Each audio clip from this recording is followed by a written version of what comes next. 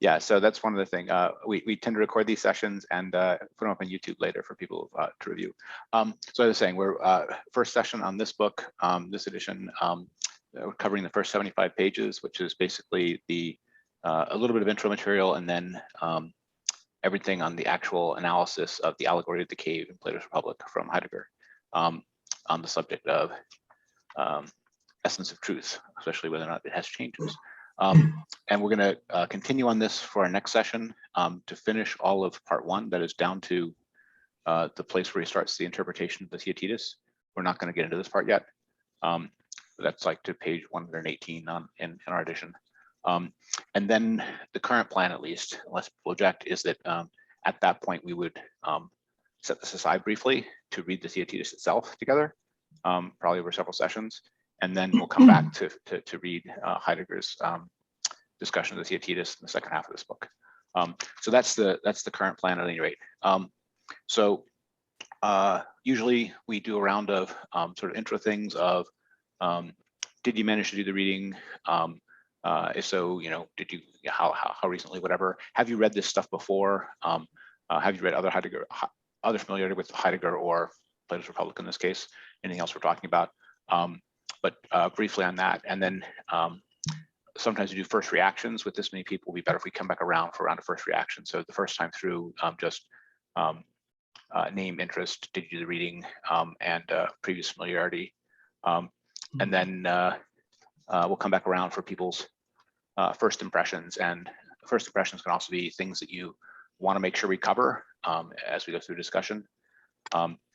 After that, we'll try to do a little bit of exposition of going through the different pieces of it, the intro section and each of the 4 stages that he talks about, and some explanation of what goes on in each of them, some questions that occur to me in all of it, and then your guys' questions and discussion of each of those sections.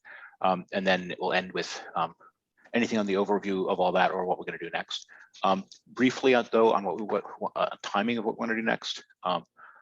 I would be thinking like 3 weeks out for our next session. That would be July 17th, Sunday, July 17th. If people can do that, I could do the 24th instead if people need more time, but I think the 17th would work. It's a relatively short read, only about 45 pages for the next one. So that's the preliminary plan, same time, July 17th. So you might comment on what that time works for you as we do the round. So Joe, do you want to start us off? You're on mute, Joe.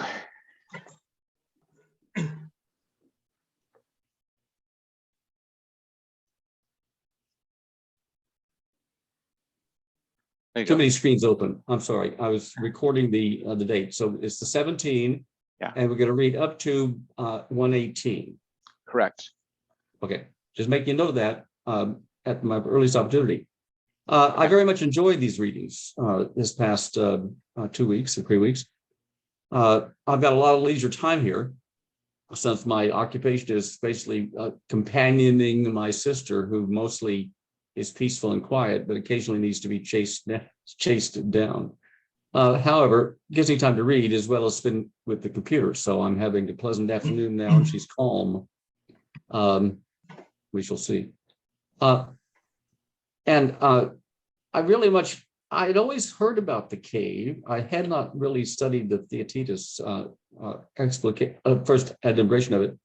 Sorry, Republic is where the allegory itself happens. Theaetetus is going to be this discussion of what is knowledge coming out of that. But to start with, this is my learning of it has come from third-party like lecturers and professors and so forth that refer to it and go into it a little bit.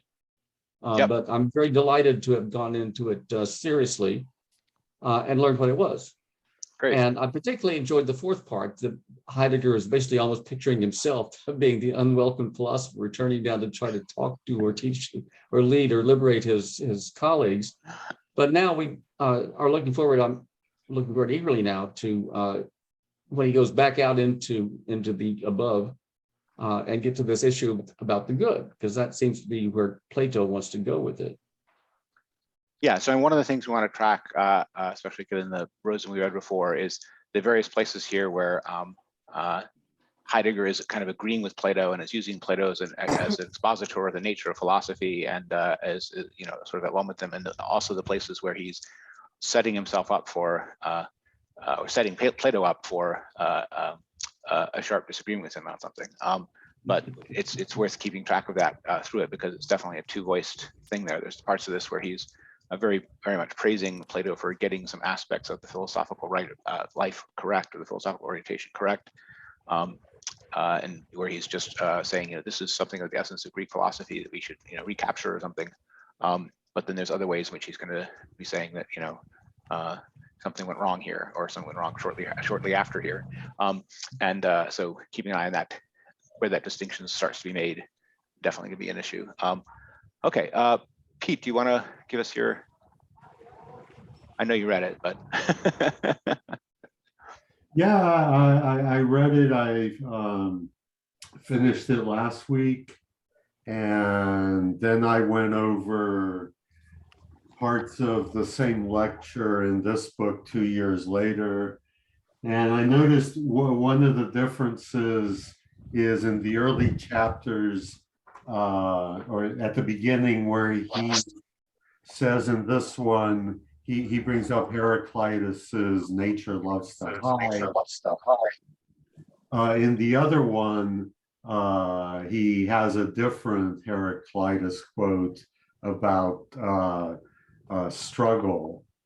And I thought, well, that's indicative of what changed, because the other one he did while he was rector and supporting the Nazis. And I thought, well, that's an interesting. So you're saying that he hit the loves to hide part? Well, I don't know, he hit it. I think he liked the struggle part more, polemos. Okay. Yes. Well, I will have much to say about the love to hide part, but we'll get to that. But yes, nice to notice. Sure. So Pete, can I ask you what book you were referring to, though? Oh, then this one. So Being and Truth is another set of Heidegger lectures, and these are from 33, 34, and the one we're doing is 31, 32. And what happened is he got appointed rector, but he still had a full load of professor duties. So he didn't have time to write an entire book like he normally did for his lecture courses. And this one time he repeated a lecture course, but he changed a few of the things. And the translation by a different pair of translators. So you also get to see their. Is that Penelope who has the background noise? Totally quiet here. Yeah. Yes, sorry. I can hear it. Okay, Thank you. I'm so sorry. No Somebody's problem. like somebody's having a pool party. We're not Yeah, so Yeah. I've been for the last week I've been thinking more about being likes to hide, and then the four aspects, or Heidegger calls out the four levels in the cave allegory. And there's this book, Heidegger and Unconcealment, which also says Heidegger has four levels of unconcealment. And so I was comparing and contrasting with the Plato, the cave allegory. So that's it from me. I'm good 3 weeks from now. Okay, sounds great. Carlos.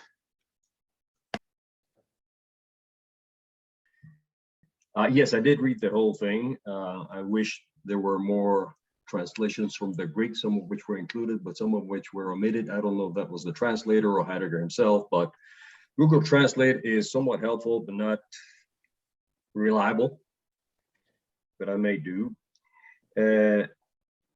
This whole reading underscored for me the concept that you may think you are familiar with something when in reality you're just scratching the surface. I had read the allegory several times, but never with the guidance of somebody that looks into it more deeply. It also underscores the idea that it's not just that learning never ends, studying never ends. I do have a major question that I'd like to ask, not now, when we get to it. On page 49, there's a paragraph that seems crucial, but it's somewhat confusing. So we can take it up when we come to it. That's my contribution. Okay, great. So you got some questions queued up for I have a lot. The freedom business. Yes. I have a lot of questions, but I'm just going to pick that one because that one to me is very important. Fair enough. Okay, Steve. Welcome. Yeah, I have not read yet. I've ordered the book, but it hasn't arrived yet. Okay. I'm just here to listen. I've read a good bit of Heidegger in the past, and I've read the Republic back in my first ancient Greek philosophy class a long time ago. So I'm roughly familiar with the material, but I'll must. Okay. Okay, sure. And questions always useful, even from people who haven't done all the reading. If some of the things aren't apparent to us, it's still useful. Jake. Hi, everyone. Pleasure to be here. Was able to complete the reading and maybe for the first time in my life, completed an assignment ahead of time. I found it a real joy to be reading Heidegger again. And this particular book, the last go for me was about a year ago, reading part one of Being in Time. And, you know, it was amazing. I had read, I'd done some reading in continental philosophy as an undergraduate, and, you know, got half an education as one does as an undergraduate. But I'm returning to it now, having started a second career in therapy, psychology, whatever you want to call it, and having discovered that people running around with clipboards and doing statistics are running the operation, thought it might be good to go back to some Husserl and some Heidegger to try and find a ground for why I wanted to tell them where they could put the clipboard. So,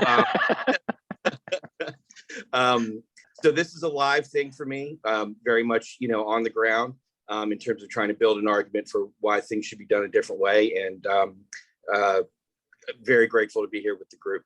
Great, thanks, welcome. Nick?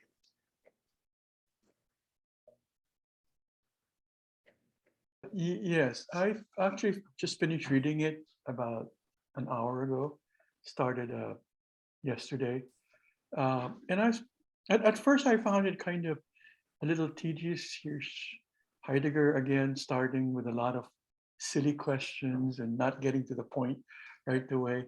But then it grew on me. It really is actually quite impressive how shows you how a philosopher thinks and unpacks things and thinks about stuff layer by layer, and kind of it's a good education. And I think it's for me it's worth reading again a second time. Although the discussion here, depending on how we go, I think I'll get a lot out of it from just hearing people react and think about it.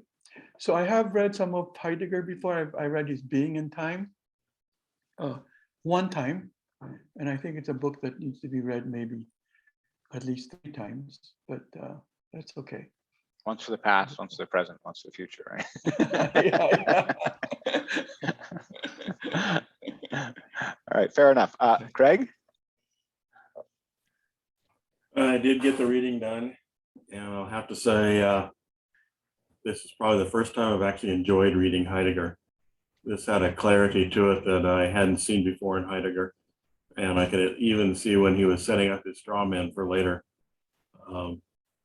The sense of the cave made a whole lot more sense in many respects. I unfortunately kept getting this image of alien abduction being the modern day allegory of leaving the cave and then coming back and trying to explain it. But it ran well. I was disappointed when we got to the end of the chapter, and everything's being left for next time that I'm really interested in. So he kind of set us up, and he says, now I'm going to really go after it. So that was kind of fascinating. Just for Pete, I found it interesting. I did get a copy of Being and Truth, which is a little bit more modern version of it. And it's fascinating because the front cover has a picture of Heidegger with a Hitler mustache on it. And it just That's the only. yeah, the very thin mustache, a very skinny little mustache, and a very fascinating picture to see that he clearly drank the Kool-Aid at that point and was even dressing like Hitler and cropping his mustache like Hitler. So quite fascinating to see that image. But yeah, there are a number of little questions I have here and there. We'll get to them later. But generally, I enjoyed it. I did also like Heidegger's comment that the Republic should better be translated as the Politia, the politics. And I thought that was very insightful that he did not want to use the word Republic and tried to change us towards Politia. So those were the things that I found initially interesting, but I'm looking forward to the discussion today and where we take it from there. Also found interesting the sense of the mystic being the philosopher who tries to come back to describe what he's seen and finds himself condemned to live within the world that everybody else is living in. That really resonated for me. So that was good. So that's pretty much the overview of where I went with the reading. But as I say, I for once enjoyed reading Heidegger. I'm sorry to hear this for once, but I'm glad it is for once. And don't drink the hemlock. Exactly. Okay, so plenty to unpack there, but I'll come back to it. In terms of just the Republic, we always call it the Republic in English. It is Politeia in Greek, of course. It's often in German translated as der Staat. It's translated as the state, but which isn't distinguishing a form of government the way Republic tends to as a word in English. But minor point. Jim. I enjoyed it, but I've got a cat, so he's whining. So if he gets two, I'll just end it. I really enjoyed it. I really enjoy a lot of Heidegger's work. Sometimes it's a little confusing, but this one was clear, like a few of you have said, Craig included.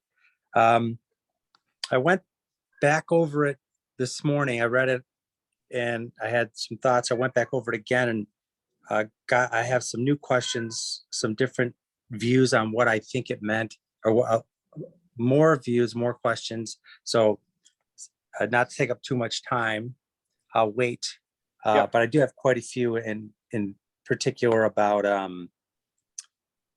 the fulfillment of fate, philosophy as an occurrence, separation of togetherness, the liberator, and in particular, tried to focus in on the event. What exactly is he trying to say in history? So those are things I'll get into, or I'll ask later. They're covered. Some of that last part is more outside this text in this text, but it might be get a glancing blow in this text, but that's fine. Okay. All right, we'll definitely get to questions when we get to the textual bits. So Penelope. Hey, hello. My pleasure to be here. Hi. So I have to inform you that now I'm on road, so maybe some noises are going to be heard from you, from cars. Anyway, I just bought the book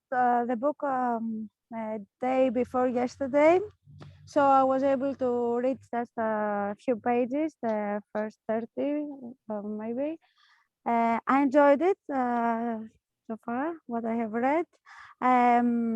I like the simplicity and with which he's describing the allegory. I have some questions also and some points that I would like to discuss or hear in this meeting. That's all for now. So I'm working. I don't know him. Okay. My that's great. Signal is okay. Your signal seems to be coming through great, and the background noise wasn't so bad there while you're talking. Okay, soon I'm going to be home, so I will connect properly from my PC. Okay. Okay, wonderful. Thank you. Thanks. Quick question for Jake. I saw you had a time stop, but I don't know what time zone you're in. Are you in the Phoenix area or? So sorry about that. Yeah, 90 minutes. So unfortunately, in about an hour. I got you. Okay, so you're in East Coast time, is that right? Okay, gotcha. Okay, Steve. We already do Steve. They're cascading around on me. What's that? Oh, I'm just wondering if you've already given your intro. Yeah, I already did. Okay, you cascaded down, so I'm going through like the way they're tiled on my screen, and we jumped over you. Okay, so do we get Dan too? Hi, this is Dan. Yep. I read the two Platonic dialogue about, I think, a year ago, and I read this book about 4 or 5 months ago, and I really like it. And I didn't return to it now. And I think since then I read a few other books, including the Sophist, and that's it for me.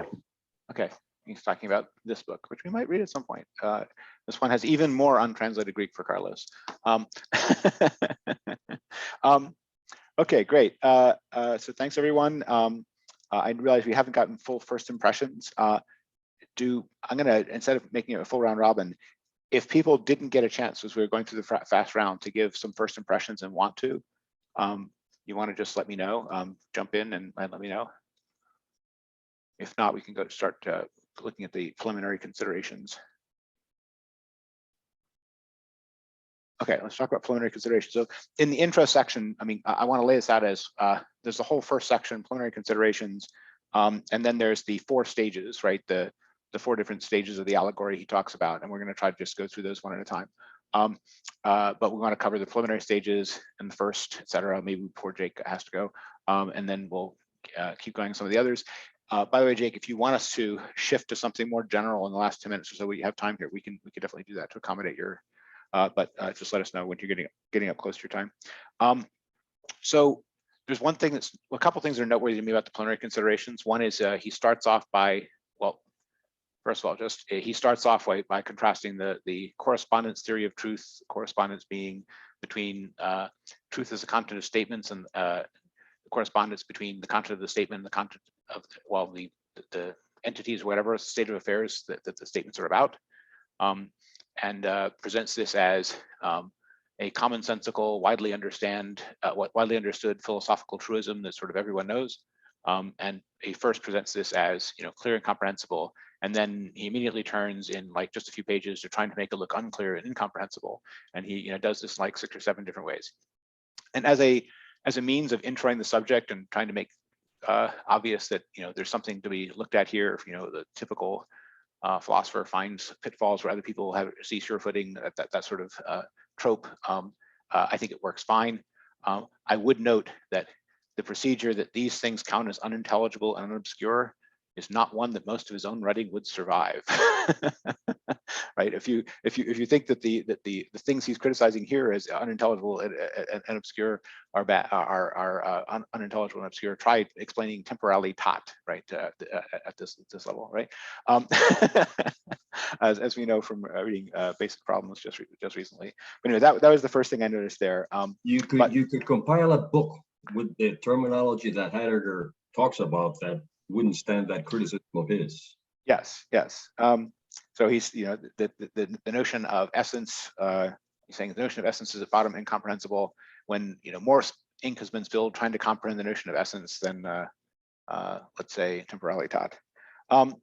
Okay, but I still think this kind of just a quip or aside on my point. It's a standard nothing can really live up to, which is fine. He's really just trying to show that there's something question-worthy here, and I think that that's fair. There is something question-worthy here, and I think he manages to bring that out by just contrasting the correspondence understanding of truth with a Greek unhiddenness sense of truth immediately after. The other thing that is noteworthy is the sort of etymology part. But between the overview of why it's incomprehensible and the etymology part, there's a brief reference to the history. As if we come across anything unintelligible or anything with multivariate meanings, we instantly, as scholars, go to its history and we try to understand from the history of the problem, where these differences may have arisen. And what does he find? He finds the history, instead of being a whole bunch of peaks and valleys and a long story of development, is that Aquinas agrees with Aristotle, agrees with the modern positivists. They're all on the correspondence theory of truth. So whatever this correspondence theory of truth is that he's disagreeing with at the beginning, it's not some recent development, right? It is an unbroken level plane from Aristotle to his present day, right? That's how I see presenting it in the little history chapter.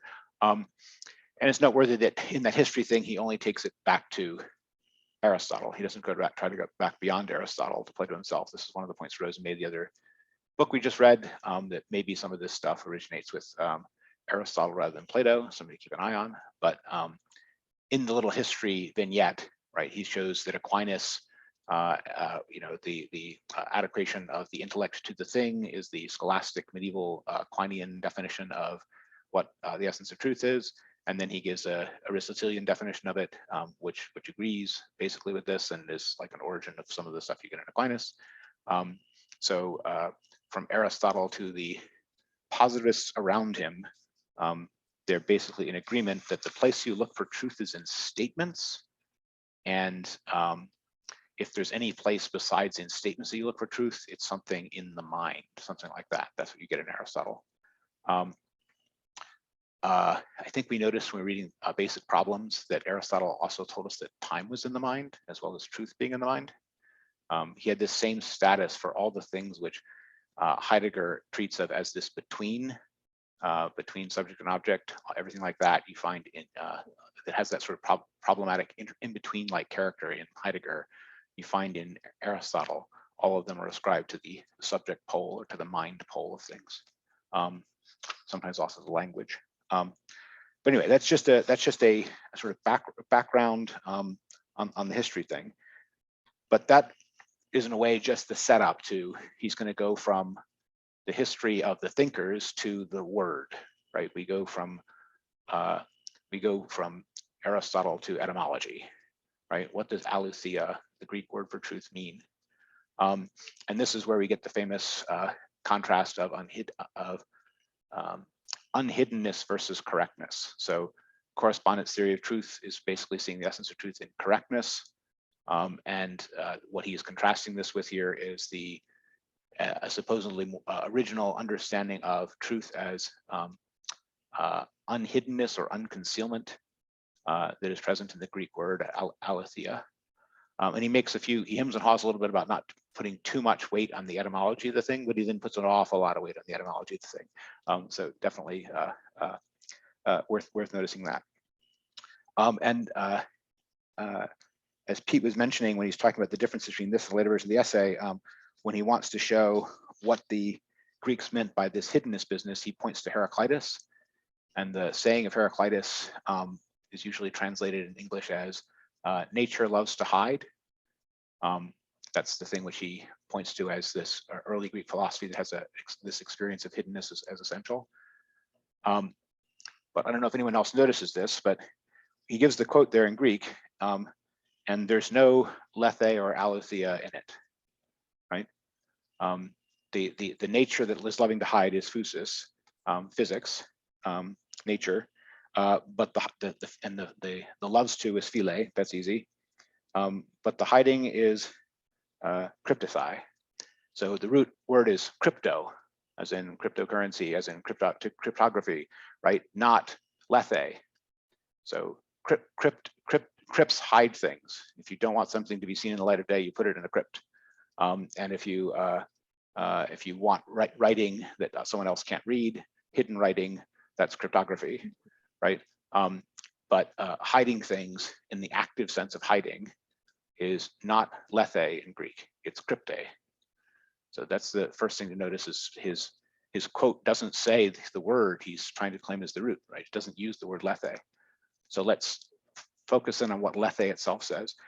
Aletheia is a lethe, but the thing that's a privative of lethe, he's translating it always here as unconcealment. And I think that's a fair translation. That's a common meaning of the word. But lethe also means something like forgetfulness or forgottenness or oblivion. There is a river of lethe in Hades where if you step into it, you forget your past life before reincarnation, right? Lethe is a goddess, and she's the opposite of the goddesses of the muses. The muses make you remember things, and lethe makes you forget them. We can talk also about how lethe itself is kind of a compound word. Lethe is an le kind of inflection at the front of a lethe, and the sorry, not a lethe, of a thea. The same thea in theater, right? And it's noteworthy that in Greek, theater for seeing and thea for God, it's basically the same root. We do theology when we talk about gods, and we go to the theater not to see gods, but to see, just to see. So anyway, but the le prefix there, it means something like not quite away from, but remove, something like that. Leave. I've left something. I have left. You put an le preface in front of it. So left seen. So the root word of lethe is something like unseen. So the unseen as the underworld or as oblivion, there's already a kind of privative, but it's the privative of left, not the privative of not in the word lethe itself. The closest like you can get in English to these sorts of things is something, a word like discover. Discover also has a negative in front of something being covered up, just like concealment. So discover and discovery or discovered is kind of the English construction that's kind of close to unconcealment. And you can see that the cover is already a compound thing too, although it's much more obscure compound thing. We always think the cover is just as one thing. Anyway, I'm just pointing out all these things. You can go deeper and deeper into the etymologies. You can notice that his favorite example, Heraclitus, is saying crypto, not lethe. You can ask, is lethe actually a positive word in its own right, or is it a negative word? Is that negative word got a privative hidden in it that's instead of being just an a participle is actually a verb to leave something. But all of this just to say, you can read more and more into this etymology stuff, and you can go as deep as you want on it. I think that Heidegger is still on sound ground when he says that there's something fundamental to the notion of truth as a privative in Greek, which is bringing out something like a prior or background concealment that true things don't have. And maybe that's the right way to think about that is there is a background of mystery or unknownness that truth emerges against or out of. I think that etymological sense in the Greek is fair. It's really there, and I think if you want an English word that's like that, discover is your closest equivalent. Carlos, questions? Sticking to the etymology, you said, well, there are two. Is it privative or privative? Privative. Privative. In aletheia, we already know. You said that le is already, but what's left? Theta, epsilon, iota. What is that? So the thea is the same thing as the thea in theater, to go see something, right? You go to see at the theater, and it's also very close to the thea of the, which is just the word for the divine. Theology. So they're not exactly the same, but I think that the more primitive word there is the thea of theater, seeing. There's a goddess Thea in the Greek pantheon who is the bright one. She's the mother of the sun, the moon, and the dawn. That's Thea. She's the brightness, the transparency. And Lethe is also a goddess or a titaness, and she's the spirit of oblivion, the spirit of forgetfulness. So some of these things, some of these concepts, you find that there's like metaphysics smuggled into word meanings in ancient Greek religion, and there's this tendency to make every abstract concept into a personification of that idea in Greek religion, and it's one of the reasons why you get so many different layers of gods and goddesses. But the ones which are closest to the aletheia idea, there is maybe a god, there certainly is an aletheia, not quite a goddess of truth in that sense, but there's definitely a goddess Lethe, and there's definitely a goddess Thea. Hope that helps. Pete, do you have a comment, I think? Yeah, so there's definitely a goddess Aletheia, because in Parmenides, it's the goddess who comes to him to explain stuff. It is the goddess, but the goddess is not called the goddess of truth. It's just the goddess truth. Aletheia. Well, she's the goddess truth, but she's not the goddess of truth. All right, then the other comment I had to make with lethe versus kryptosthai. So in the Heraclitus, physis phile kryptosthai, it Heidegger translated as being loves to hide. Being is not a thing, so you can't cover up being because it's not a thing, but reflexively being loves to hide, and that's why it's kryptosthai. That's the explanation I've heard. Yeah, so I mean, let's go to the Heraclitus though for a second. I mean, I love doing this stuff on Heraclitus and Parmenides because they're I love these cryptic, if you pardon the expression, terse pre-Socratic philosophers. That's kind of, Heraclitus loves paradox, and it's meant to be a kind of paradoxical sounding saying, because he doesn't say being, he doesn't say estin, he says physis, he says nature, and nature already has the meaning of emerging presence, right? It already has this this sense of showing itself. So he's saying what shows itself loves to hide. That's meant to sound paradoxical, right? There's another saying of Heraclitus, how can they hide from that which never sets? The idea that there's something like being or nature that is always present, but people manage to avoid seeing it.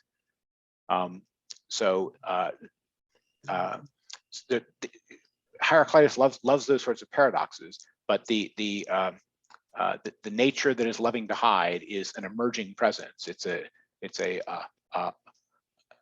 arising appearing, which is the opposite of hiding, but it still somehow manages to be hidden for most human beings. Right. So let's say a flower emerges for you. The physis was the process that sustained that emergence. And because the flower emerges, that process disappears into the background. It has to hide itself for the flower to emerge. And that's what Heidegger means by being self-conceals. Right, and this is notion of being as the process or phenomena or occurrence being hidden by the being of the beings that appear in front of it, sort of in the foreground. Yes, that is definitely an understanding of less nature, more being that you get in Heidegger, and that may be one way of reading what Heraclitus is saying. But he's also just talking about physis. And the sense in which physis loves to hide in Heraclitus may not just be this being concealed by a foreground business. There's also an element of it being a difficult mystery, and there's also an element of it which is in Heraclitus. He has this sort of very sharp polemical attitude towards everyday opinion, so to speak. But we can talk about other things with Heraclitus. I want to go instead a little bit to a section in Parmenides, in Parmenides' poem. And one of the reasons I want to bring this up, if we're talking about the pre-Socratics, we were presented with the correspondence theory of truth as being something which may arise in Plato or get started in Plato, and which is certainly there by Aristotle, and is somehow the falling away from this original aletheia notion. But you can find it already being discussed in Parmenides hundreds of years before as the alternative to the way he is recommending. When Parmenides in like, I think it's fragment 6 of his poem, explains the different ways of the divine way and the way of mortals. The way of mortals in which there is no true alliance is to treat being and not being as the same and not the same. And I think it's tau, but the point is the tauto or tauton of tautology form of correspondence as the understanding of being is what you get in the way of mortals, which is denigrated by Parmenides. So there's already a sense in which treating being as a matter of sameness or equivalence was already subject to philosophical critique compared to the notion of being as arising in the first place or being other than nothing. This was already a criticism Parmenides had of the understanding of the sort of sophists and naturalistic philosophers around him, right? He was contrasting his understanding of being with their focusing on the same and not the same. Anyway, I point that out just to say that if you want to go back to the pre-Socratics, you're going to find things which agree with Heidegger, things which agree with parts of Plato, things which agree with these etymologies. You'll also find a continents of a more varied terrain that have other things to say as well. As usual, it's question worthy. But anyway, the point I'm trying to make in that is, do not assume that every piece of evidence in the pre-Socratics is on one side of this discussion. Jim, you had a question? Yeah, so as we move through the text, can you every now and then make a point to say where Heidegger slightly gets the use of the word wrong, or not wrong, but lacks detail like you just explicated? Could you say that this is where, because Heidegger didn't completely translate or use the term correctly, it could mean this instead, so that I understand what you just, because I think it's great what you just explained, but how that applies later in the text. I understand, but I'm going to put a different spin on what I'm doing. Okay.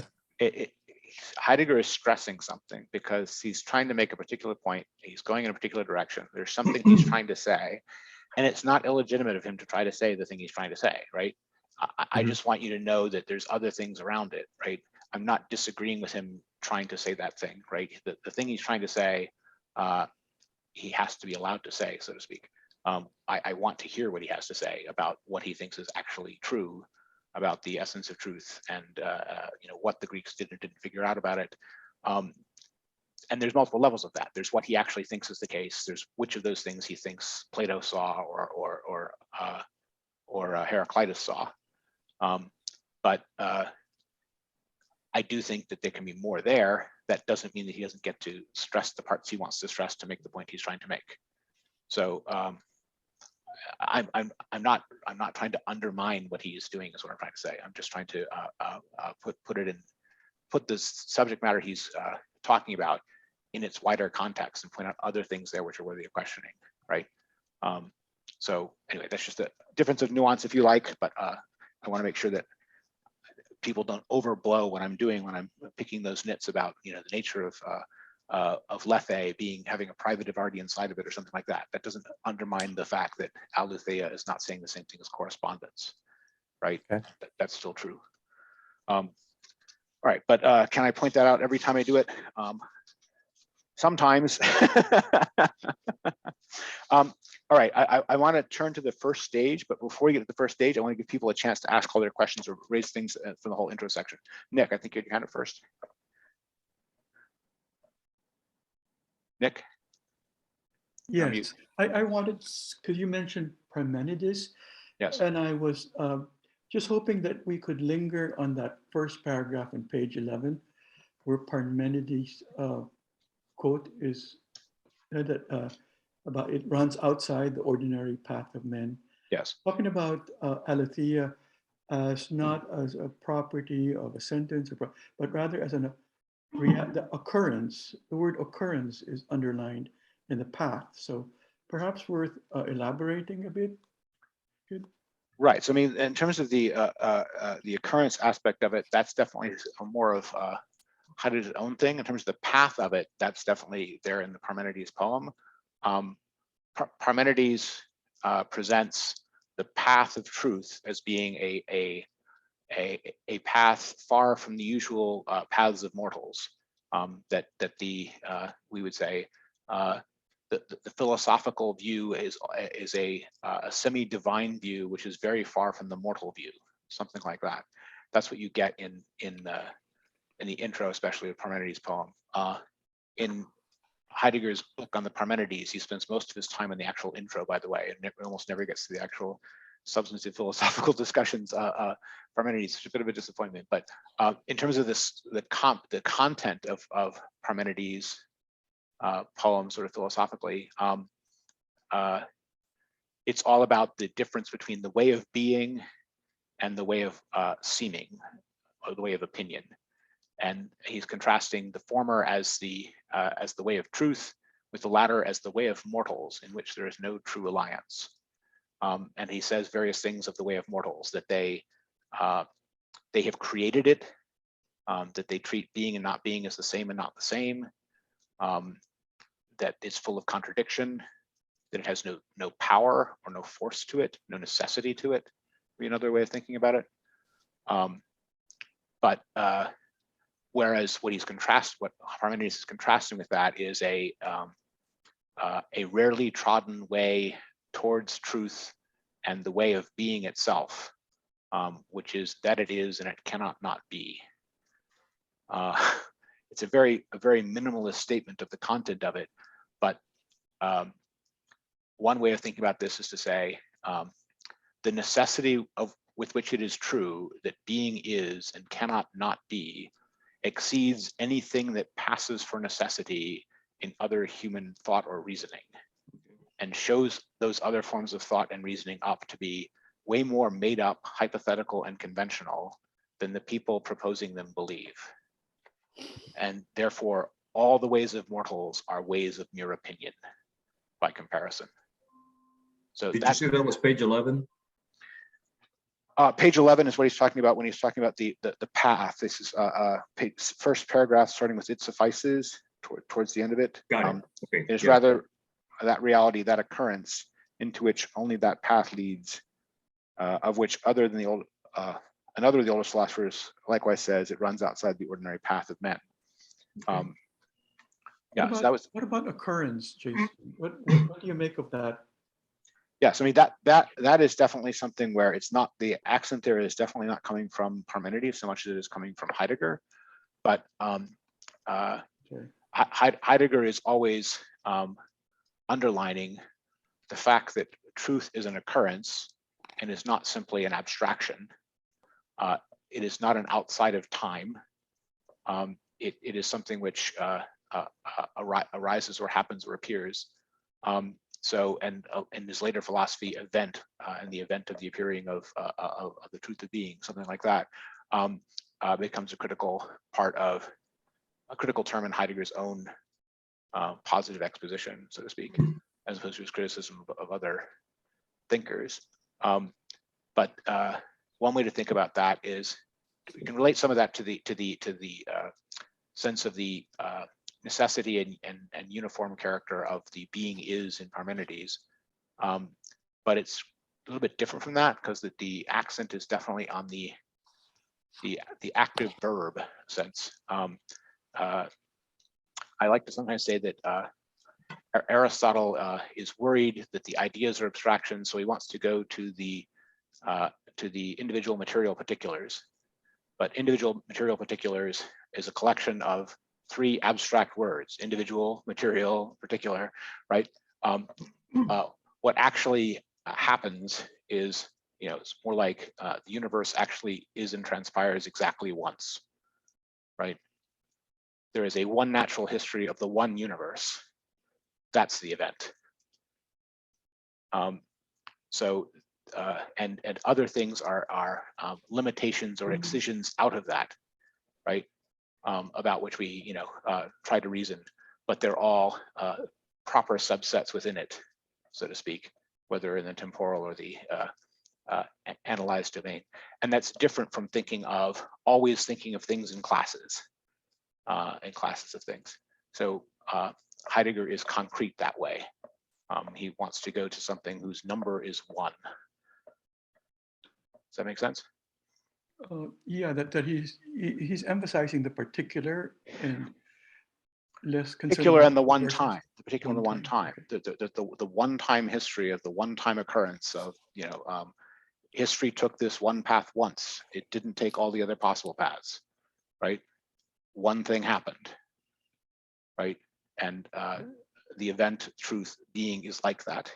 It's not just a possibility space. It's an occurrence. We would say it's not a state space, it's a trajectory, right? Okay. Okay. Does that mean then that it continues to occur throughout history based on people's intervention or what they do? I think Heidegger would say it occurs as history, and something is history to the extent that it participates in this occurrence. Right. And history as the different epochs of understanding of being is the kind of history he's interested in, and history which is about, you know, the corded ware culture and what kind of beakers, what kind of patterns they painted on their beakers is historiography to him and not history, right? So the history he's interested in is the history of different revelatory thoughts about the nature of being or truth, something like that. And if it doesn't rise to that level, it's like, it's not history with a capital H to Heidegger. It's not important enough. Jason, would you, if you can remember what you just said about state space, you said it's not a I said it's not a state space, it's a trajectory. So in physics, we often think of these phase spaces as all these possible paths, right? With each of which has its own energy or whatever, but a single path actually taken by the dynamical system through all of its possible things, that's a trajectory in that space, right? So in that sense, when we're talking about the history that actually happens, we're talking about a one instance thing. We're not talking about the cloud of possibilities thing. Right, got it. Thank you. Okay. All right, and I think that's part of what he's meaning by using the word occurrence there. Okay, any other questions or comments on the preliminary considerations chapter? I think sorry, lots of people hands up. Jake, Pete. Jake first, if you can. Yeah, not so much a question as maybe almost just a little bit of an appreciation. And I really love what you just said about the state space, because, you know, one of the things that made it so great to stumble into this book through y'all's guidance was that, you know, my concern in the realms of psychology and therapy has a lot to do with method. And like I said, those clipboards, and that if you think about the implications of, you know, a universe that happens only once, and what that might mean for experiment, which must by definition be repeatable. And in particular, then when you bring that down and start applying it to people who are, you know, in our cultural conception, very, you know, supposed to be unique and sacred. And then, you know, the implications for categorization and, you know, the diagnostic manual and all of the terrible things that go on in terms of, you know, how people actually get treated on the ground. I mean, I think that's why some of these abstractions to me are actually very live things, because out there right now today, there are people who are suffering enfrainment, right? And that's a real problem. But I also just wanted to say, as an appreciation, that we're talking about a guy who by the top of page 3 has taken the 2,000-year-old theory of the correspondence theory of truth, and which, by the way, is happening in 99.99% of everything all of us are walking into every single day, and brought it to a circularity, which is, I mean, that to me, that's insane. I mean, and he's just trying to set up the question. He hasn't even gotten into it. But when he says, you know, and it may seem like a small thing, but when he says, the proposition corresponds with what is known in knowledge, thus with what is true, the true question mark. So does the correspondence of the proposition amount to correspondence with something corresponding? A fine definition. And, you know, he's got us to an, you know, reductio ad absurdum with, you know, an institution that is like, is, you know, bigger than Jesus, to quote the Beatles. So I just want to say that. And then also the thing that just rang out a lot for me here, two things, was perspective and how he's using, you know, going back to Aletheia as a way to get perspective on the question.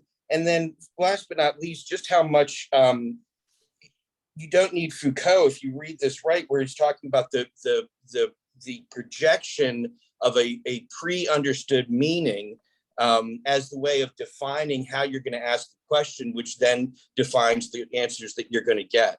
So all of that stuff as a critique of epistemology is just pure mind blower. And I just wanted to get that out because I've been, walking around with. I understand. On the projection stuff, it's more thematically discussed in Being in Time than here, but he certainly is the originator of a bunch of that understanding. Some of it does have precursors back in Nietzsche to a degree, and you find that reused in Foucault. Some of it is much more his own, especially understanding projection of being. There's also a few predecessors of Husserl, but not actually in Heidegger's form. On the circularity thing, I don't think it proves quite as much as you think, because it's possible to make that theory more coherent than he's presenting it there. There may be people who make the actual circular version of things that he has on page 3, but an Aquinas wouldn't. And Aquinas is gonna anchor it back in the thing, right? And not try to have just the statements refer to each other. Like some of the linguistic philosophers might be. So that such a circularity can happen if you're a purely linguistic philosopher is true, and that's sort of what he's pointing out there. But don't think that applies to everyone who's a correspondence theory of truther, so to speak. So the institution that is bigger than the Beatles is not entirely upset by the page 3. Only a few of its more recent fans. Okay, but otherwise, fair comments, useful comments. I want to get Carlos's question, and then get to Pete. Carlos? Quickly, I'm getting around to the idea that the correspondence theory is not entirely wrong, just like Newtonian physics is not entirely wrong. It's just as its application at some point, limited as it may be. Is that a correct assessment? So there's two things to understand about the correspondence, right? One is understanding truth is correctness is going to tell you something about one way in which things can be untrue or incorrect, but not all the ways in which something can be untrue, right? So it's one face of an object that has multiple faces, and what he is trying to bring out is the fact that before something is untrue in the sense of incorrect, it's untrue in the sense of unknown. I've got it. Right, and that the untrue in the sense of unknown arising into the known is a more primitive distinction than the understood correctly versus understood incorrectly. And then now here's a question for Pete. When I first joined the group, I mentioned a book by Sheehan. I think you said you read it, Making Sense of Heidegger. Yep, I have.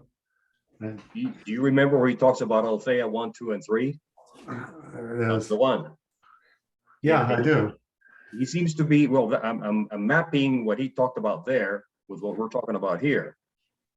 I'm hearing reflections of what Sheehan called Aletheia 1, which is the primordial basic truth. Do you agree with that, Pete? Yeah, so correspondence theory of truth is Aletheia 3. Correct, that's how I got it. Because it's apophantic, it's in language. We create a language and express certain truths, and some of those are the correspondence truths.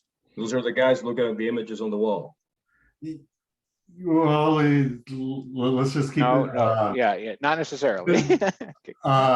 People looking at the images on the wall or on the iPhone, as we call it today, or looking at the sun, that's all Aletheia 2. That's each of us will interpret what's in front of us differently based on where we are in history, our personal history. And that's kind of why I wanted to make a comment on occurrence. And I completely agree that Heidegger has the sense of truth as an occurrence at some point in history, and then it forks off in one direction, and we get Western civilization or Christianity's understanding of truth. There's also a phenomenological understanding of truth. And so with the correspondence theory of truth, it's kind of immortal. If I say 2 + 2 = 4, or 2 + 2 = 2 × 2, that's correspondence. And that's always the case. But there's also an Aletheia unveiling, discovering sense to the truth that at some point in kindergarten or first grade, I realized 2 + 2 = 4, and that was an occurrence. That was an event of truth and unveiling of truth to me. And getting back to Sheehan, that's at the aletheia 2 level, where the truth is revealed to me phenomenologically, and it happens as an event. And then the aletheia 3 gets more complicated to get into with what we're discussing right now, I think.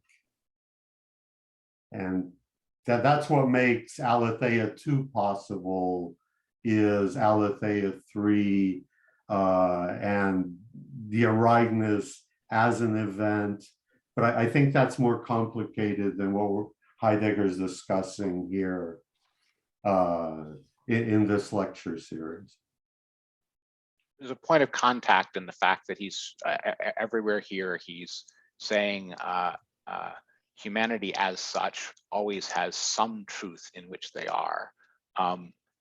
That's the only place where he's sort of touching that sort of a Regnus level in this stuff. But you're right that it's not a theme here. He's not talking about it that way directly. But I don't know, Carlos, if that answers your questions.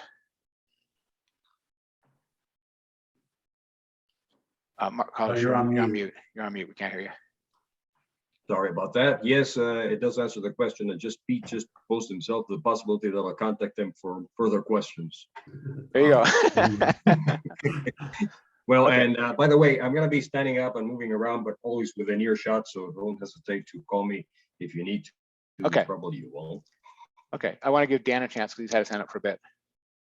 Yeah, I would like to say a few things, like all this thing, about what you mentioned, history, occurrence, and maybe the alternative worlds. It seems to me like the modern science is moving, staying with this theory of correspondence, like Troyes correspondence, is stuck in this worldview of how to make sense of it. And a lot of sciences these days are using this idea of multiple universes. Like if you read the theory of causality, for example, they always go back to there and try to make sense of it. And in different sciences, for example, I'm a statistician, and you have this like classical statistics, it's always assuming, and to me, it's highly metaphysical that we have multiple universes. You see a sample, but without assuming that it's an infinity of other samples there in the background, classical statistic doesn't make sense. And then you have, I don't know, some more modern like Bayesian, which assume it's only one sample or whatever, something like that. But it seems to me that the implications are all over the place in modern statistics with this. What do you assume as truth, and then this one occurrence or one history, like in Heidegger, or multiple universes and alternative spaces where you try to make sense of what you see. That's it. Yeah, it's fair to say that these are different ways of trying to get at something like the notion of possibility. And you're right that they're trying to do so without giving up any of their correspondence theory machinery for linguistics or for math, right? And you're right that winds up smuggling in, various metaphysical assumptions behind the scenes. The better of those scientists are fully aware of what they are doing, right? I think of someone like a Max Tegmark, for example, a cosmologist who knows that he's talking about some, entirely metaphysical, mathematical assumption nature of things when he's doing that. But they're grappling with the possibility concept, so to speak. And because the theories themselves tend to be stated deterministically, they need a possibility concept to deal with any uncertainty, right? And it's only a question of where they put it in objective or sampling, whatever. But they all know that there are they have to grapple with such a concept, so to speak. When I say they all know, there were some Laplacians and some positivists in the very end of the 19th century who didn't know that, but by now they've all figured it out. Sorry, Jim, you had a question. Yeah, and just as he had mentioned Bayesian calculus, statistics, is it because you can start with a prior distribution that's basically starts with the expert? Well, and I want to see if it ties in any way with truth. Hang on. The reason Dan was bringing up that is that there's a difference between classical statistics and Bayesian statistics in terms of what they assume about the nature of possibility, and the Bayesian approach is to assume that you only ever have observables in the sense of restricted samples of things, but you have prior assumptions about those that you are updating. But that's different from thinking that you ever get an infinite sample, or you ever get a representative infinite sample, as opposed to a one with has sampling noise in it. But that's the sort of methodological difference in terms of how they work differently behind. That has different operational consequences about how you actually do Bayesian statistics in terms of dealing with priors and updating them and so forth. But I think that that's what Dan was getting at, is that there's a difference between those two things in terms of how they think of alternate possibilities. When I say how they think of, what they are metaphysically thinking they are doing when they're dealing with possibilities. Yes, and I was trying to add to that and say, if that's with that said, from a Bayesian point of view, since you can start with, if truth becomes unhidden to us, would then a Bayesian have the possibility to have a truth unhidden, and then start with that prior distribution, and then therefore tie it to the philosophy that way, as opposed to a classical method would? From a pure Bayesian point of view, your prior is never an unhidden; it's always a guess, and your observations after that are always observations that are limited. Yeah, maybe that guess is your intuition that's telling you something you can't logically. I'm just guessing. I'm wondering if I'm just telling you where the actual machinery of the Bayesian approach comes from, right? You can interpret it some other way if you want, but that's where it actually came from. But I think we're pretty far afield with that stuff. I mean, it's still useful to go into these things. Certainly, when I'm talking about a single trajectory as a way of pointing out the difference between history and the possibility space, I'm not saying that's a solution to these problems. I'm just trying to illustrate what we mean by an occurrence. Okay, but fine questions. If we got through the preliminary considerations questions, then I want to start getting to the actual 4 stages. So let's briefly review what the 4 stages are. The 4 stages are the pure shadows on the wall sort of stage, the failed first liberation, where the person gets up, looks around, but wants to sit back down. The third stage is the sort of successful full liberation of going all the way up out, or being dragged all the way up out into the light and becoming adjusted to the light. And the 4th stage is returning back into the cave, right? So when we're talking about the 4, that's the 4 stages we're talking about.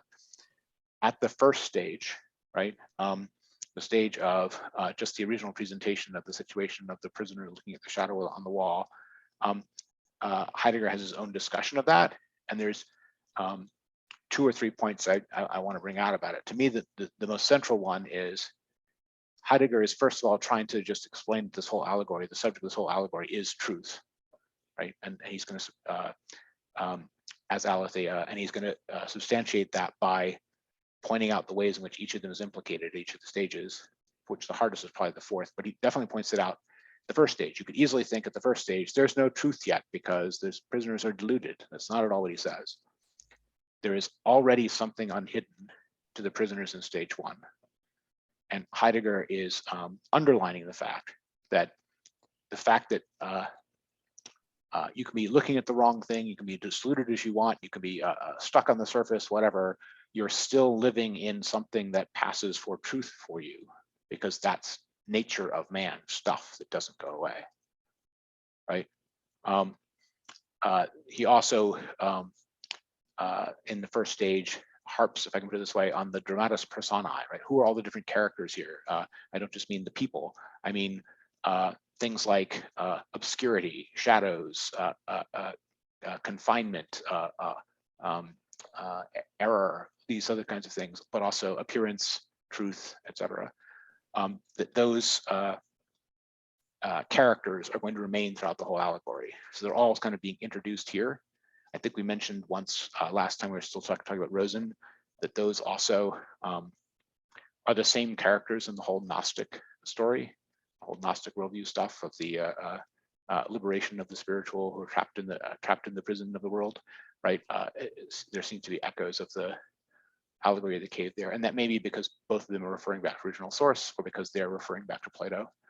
But there is that definite correspondence there in that sort of later religious tradition. But okay, so to me, the single most Heideggerian point being made here that Glaucon would not have noticed, if we can put it that way, is that there is already truth for the prisoners at stage one, right? And that truth for them is the arising appearing of the shadows on the wall, which they take straightforwardly for the beings. So the fact that whatever arising appearing there is taken straightforwardly as ta'anta, as the beings, that is the characteristically Heideggerian point to make about the prisoners at stage one. I think Plato himself only has Socrates say to Glaucon what they take as the truth, and Glaucon agrees. So he doesn't necessarily even say that it is the truth, but Heidegger says this is what the truth is for them. Okay, any comments on that aspect of the stage one, or other questions about the stage one?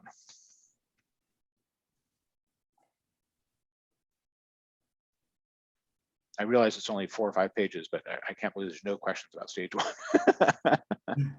It's just that on the allegory itself, so there's a fire behind them, and what's being projected are shadows of things. Now these are shadows of artifacts, but are they also the shadows of what? Human beings? No, the shadows are of wooden puppets, but the wooden puppets are of carved human beings, animals, and household utensils. Right? Tools as household utensils, you know, the pots and pans of domestic life, right? So there's no mention of natural processes. There's no mention of sun, moon, and stars. There's no mention of anything higher like that. But what there is people, animals, and everyday objects. But it's, you know, carvings of them. It's artifactual statuettes of those things that have been constructed because they, as outline preserving, throw the right kind of shadow. So one way to think about this is the shadows in the cave wall are meant to be at 2 removes from the thing that they're supposed to be. One, because they're just a shadow, but the thing that they're a shadow of is a carved artifact that was only carved to get the outline right in order to be used in a shadow puppet play. Right. And the people in shackles themselves, that's the important thing, are not producing a shadow. They themselves are not. There's no sign of that in the original allegory. There's some interpretations that talk about, you know, what you do and don't see of themselves, or what they do and don't see of their inner life, or anything like that. But none of that is directly mentioned by Plato. All he mentions is that their whole life they can't turn their heads, and that they only see the shadows. They don't even see each other. There's later discussion of what would happen if they could speak, with the implication being that before that hypothetical has been entertained, that before then they couldn't. They do say that the puppet masters behind them holding things up along the puppet wall occasionally emit sounds, right? And that those sounds echo off the wall opposite, so they seem to be coming from the shadows. Okay, so that's in terms of the physical setup of the allegory. You can also ask, why did Plato set up the physical subject of the allegory like that? And in which there's 2 primary things, well, 3 primary things to focus on. One is, why is it artifacts? The second would be, why is it shadows of the artifacts? And the third would be, what is this riveting business? What is the sense in which human beings are unable to turn their heads? I put it to you that there's a definite sense in which, especially for a Heideggerian, you can see that there's something about human life which is unable to turn your head. And that's the focus on the present. This sort of redo of that allegory, I think, was used by Vonnegut in this way. Imagine people focus entirely on the present as being the present focus being that being thought of as an enchainment to a single point, as opposed to being able to look around time. But you can think of the need to be focused on the present as a way in which the attention is riveted on a single part of the in principle perceptible, something like that. We can also talk about the perceptible versus the thinkable here. That's something we should definitely get to. But okay, but why artifacts and why shadows of artifacts? The shadow just keeps the outline of something. What is the outline of something? The outline of something is its shape. A shape or outline or form or outward look is the same as an idea. It's also the same as a definition. So the idea here is that anything thought-like or conceptual-like about the beings themselves is always some very lossy map about what they actually are. It's always some very lossy thing that they're casting as a shadow, side effect of them, that preserves something about them or conveys something about them, but isn't the whole thing, right? So that's, if you put it, you can think of it as, this is part of what Plato thinks of as a characteristic of the limitation or imperfection of both language and thought, that they are always this reductive-like cut into the original or about the original that they're supposed to be referring to. And then why artifacts? The other implication is that the thing doing that casting has some characteristic of having been made by previous human beings, maybe also for some human purposes, but certainly there are objects familiar to other human beings, or they would not have a puppet that could, cast a shadow that you would ever see. So that and here I'm reaching and interpreting, but I think that that's part of how Plato thought about language itself. It's a creation of an artificial creation of prior generations of human beings that shapes the images that we can experience. So some of this is a little bit of, there may be a little bit of Plato's own on the way to language smuggled into this allegory, is what I'm trying to say.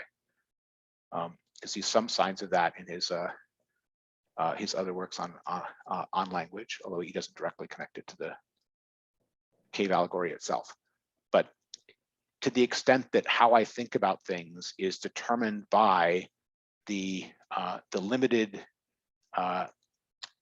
conceptual and categorization machinery that I use to make very crude projections from them, and to the extent that those tools or those crude projections were made by somebody else before me artificially and conventionally for their purposes,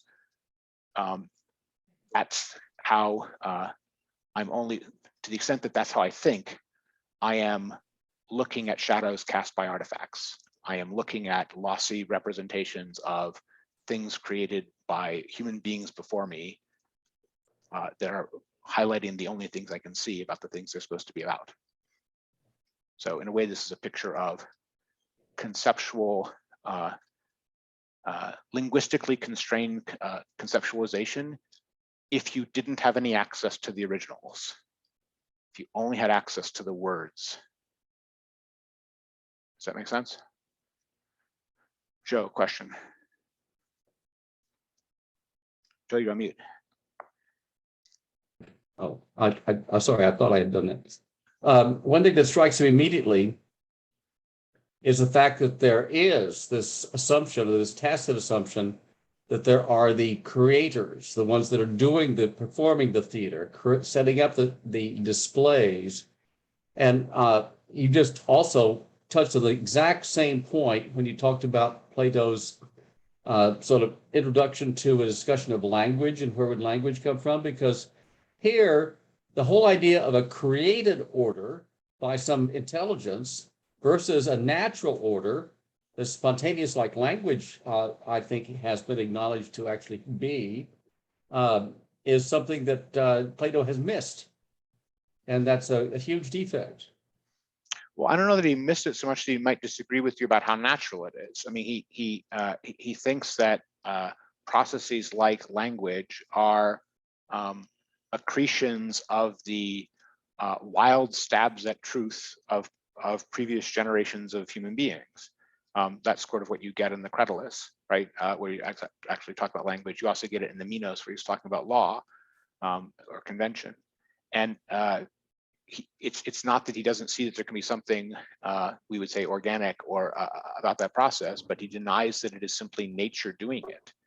To him, nature doing something is very different from large numbers of fallible human beings making, half-assed attempts of it over generations. The He latter, means intelligent design. His model involves intelligent design.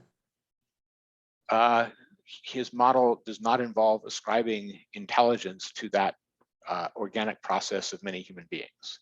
No, but the design, the fact that something is designed as opposed to arising out of like evolution is a very important distinction.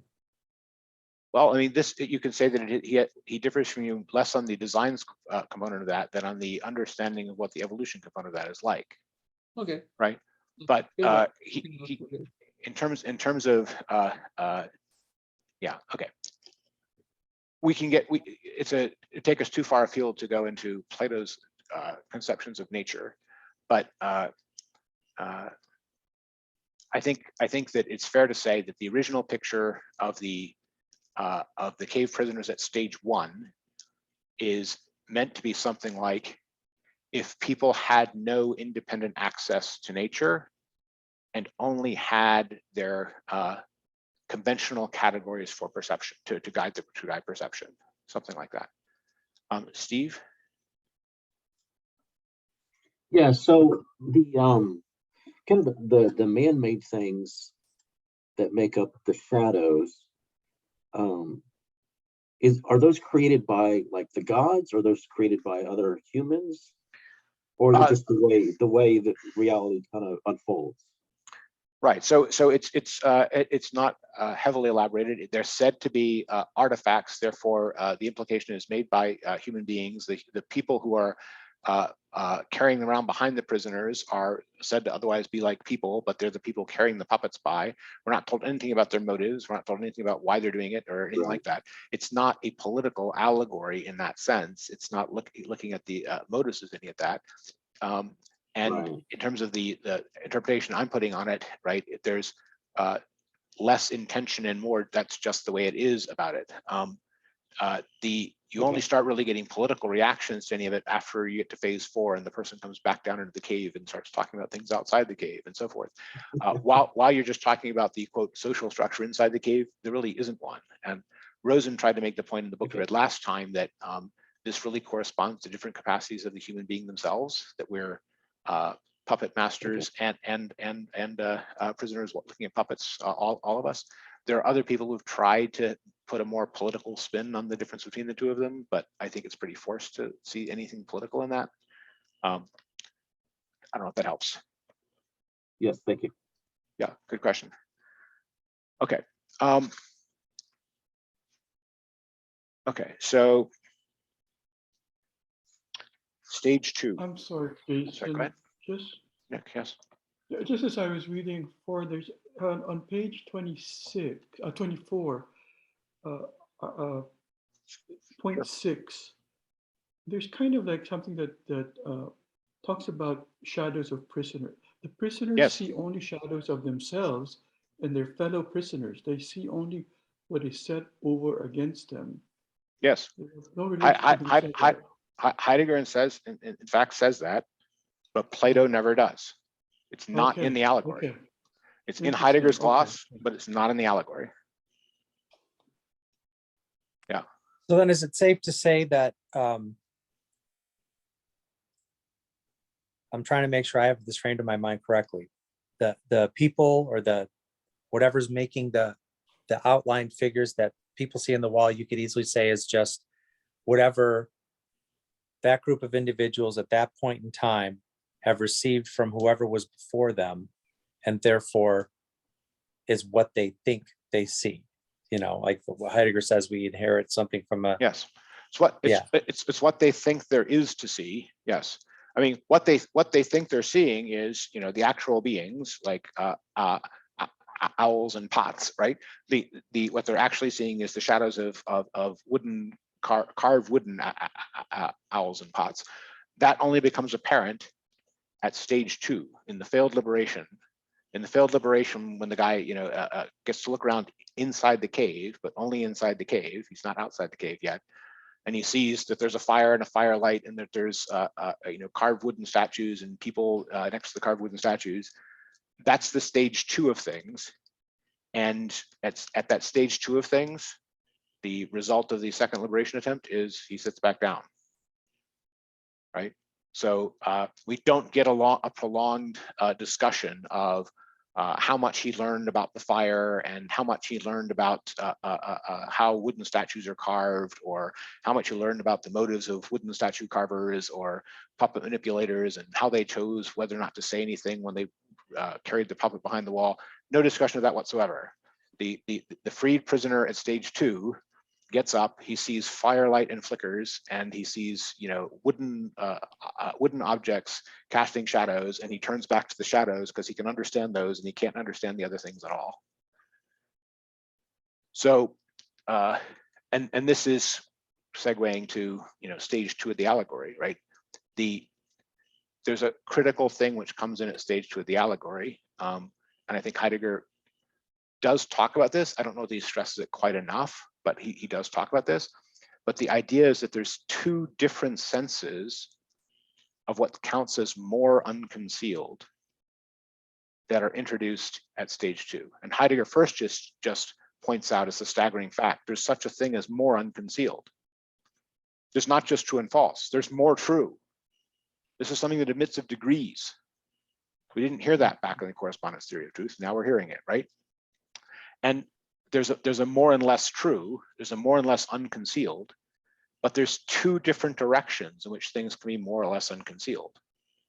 The one direction is it the truer thing, the more beingly being, the truer object, the object which is more at the causal origin of how things happen, if you want to put it that way, but is also the truer thing. And the other direction is what we're familiar with, right?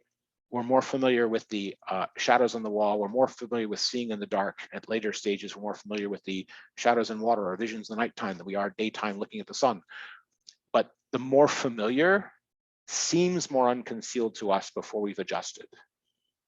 So there's 2 different senses of more unconcealed. There's more unconcealed as truer, which is going in the away from what we were doing direction. And there's seeming more unconcealed as more comprehensible to me given my past, which is pointing back in the other direction towards the shadows as the more apparent, more familiar, more commonsensical, the way it was. That is one type of thing that can seem more unconcealed. It's not that it's deeper, it's that it's got less of the concealment on it. It's more familiar. So important thing to notice is this means the direction towards the truer being is also towards the stranger and the less familiar in stage 2 and stage 3, right? You don't find the truer in the direction of the more apparent to you, the more familiar, the thing that everyone agrees upon. The thing that everyone agrees upon, universal agreement and familiarity and the explored territory are all pointing towards the less real shadow. And the unusual, the strange, the only I can see it, that nobody else knows what I'm talking about, is in the direction of the truer being. So I don't think Heidegger brings out that contrast of those 2 different directions enough. He does point out the more and less, and he kind of gets the fact that there's different senses of unconcealment. But the fact that there's a diametrical opposition between them, the familiar is the opposite of the truer, right? That's definitely there in the allegory, and it's there in the whole transport of the allegory. It's not just in stage 2 where it comes in, but also in the whole sweep of it from 1 to 4. Okay. And I would point out that this is the thing which Plato is, and Platonism, certainly by someone like Nietzsche, is usually most associated with or even accused of, making a distinction between the real and the apparent world. That's exactly what Plato is doing here. He's saying the apparent world is not the real world, right? The fact that it is apparent and the fact that everyone agrees upon it is not evidence that it is truer. It's evidence that it's more familiar and probably less true. Okay. So, okay. that distinction, by the way, is what Nietzsche will call, the longest error. He doesn't like it, but anyway. All right. Welcome, Will, coming in the middle, but we're just starting to talk about the second stage of the occurrence of truth, which is the liberation from the cave that hurts his eyes, and he instantly wants to turn around and go back. Thank you. Thanks. Okay, sure. Questions about the wanting to go back, the thwarted emancipation?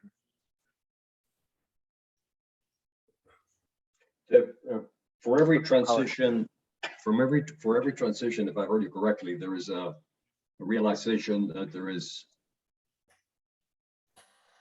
is more unconcealment. So between 1 and 2, reaching stage 2, there are 2 appreciations. There's more unconcealment, and then there's something completely new as well, in addition to. Is that correct?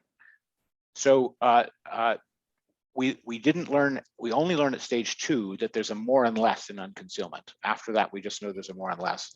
But the new thing that is that is truer is different at each successive stage. You can ask what, well, 4 we'll get to, but 4 is a little bit weird because it's a turnaround, it's a come back down. And there may be a most at the height of 3, which we'll get to. At the height of 3. But it is definitely the case that each of the stages is meant to succeed the others in that it is getting closer to the it is a truer unconcealed, and it is a less immediately apparent unconcealed. Stage 2 is characterized in its distinction from stage 3 by the fact that although the person has looked away from the shadows on the wall, they have not yet actually arrived at the realm of the thinkables. We have to talk about the difference between the perceptibles and the thinkables here. One of the characteristics of Heidegger's translation along the way is there's all these places where Plato is talking about known and the noetic, and he tends to first translate it as perceive. And there's reasons for that. Often think places like the Theaetetus, where it's the mind that really does the perceiving, not just the senses, not just the eyes. But it's still somewhat misleading about the Platonism. All of this stuff in Plato is happening right after the discussion of the divided line, where he made a big noise about the difference between the perceptibles and the noetic, or the intelligibles. The perceptibles and the intelligibles are different. And the inside of the outside of the cave is meant to correspond to the difference between the perceptibles and the intelligibles. So at the second stage, you're freed to understanding something like the conventional nature of the perceptibles, but you still haven't met an intelligible yet, right? You haven't made it to the noetic realm. You're still in the perceptible realm. And because of that, there's nothing really solid to grab onto, and the prisoner wants to turn back, right? And that's, I just, from my reading of the, not just the allegory, but its position in the whole Republic and the preceding arguments, right? It's clear to me that that is part of what's meant by this second stage. The prisoner who is only freed inside the cave, the only light he sees is the reflected firelight, and the only objects he sees are human created wooden artifacts of natural things. He hasn't seen the natural things yet as they naturally are, and he doesn't have sunlight yet, right? So translating from that through to the actual other side of the allegory, he's not yet in the intelligible realm. He doesn't yet have ideas in Plato's sense. He's not yet in the realm of where real truth happens, so to speak. He's still inside the perceptible world, right? He's still inside the cave as the human world, as the perceptible world that hasn't ascended to the intelligibles. So I think Heidegger might not see all of that because he is he tends to, coming from phenomenology, think of perception itself as being a conceptual operation, as being a mental operation, not as being a operation with the senses. But Platonism is built upon the distinction between the intelligibles and the perceptibles, between the things we experience that happen in time and the things we can truly understand which are, for Plato, truths outside of time. Okay, the noetic. Jake has to leave. Okay, no. Thanks for coming, Jake. I hope it was useful to you. And we'll see you next time. Okay. Thanks so much. Sure. Okay.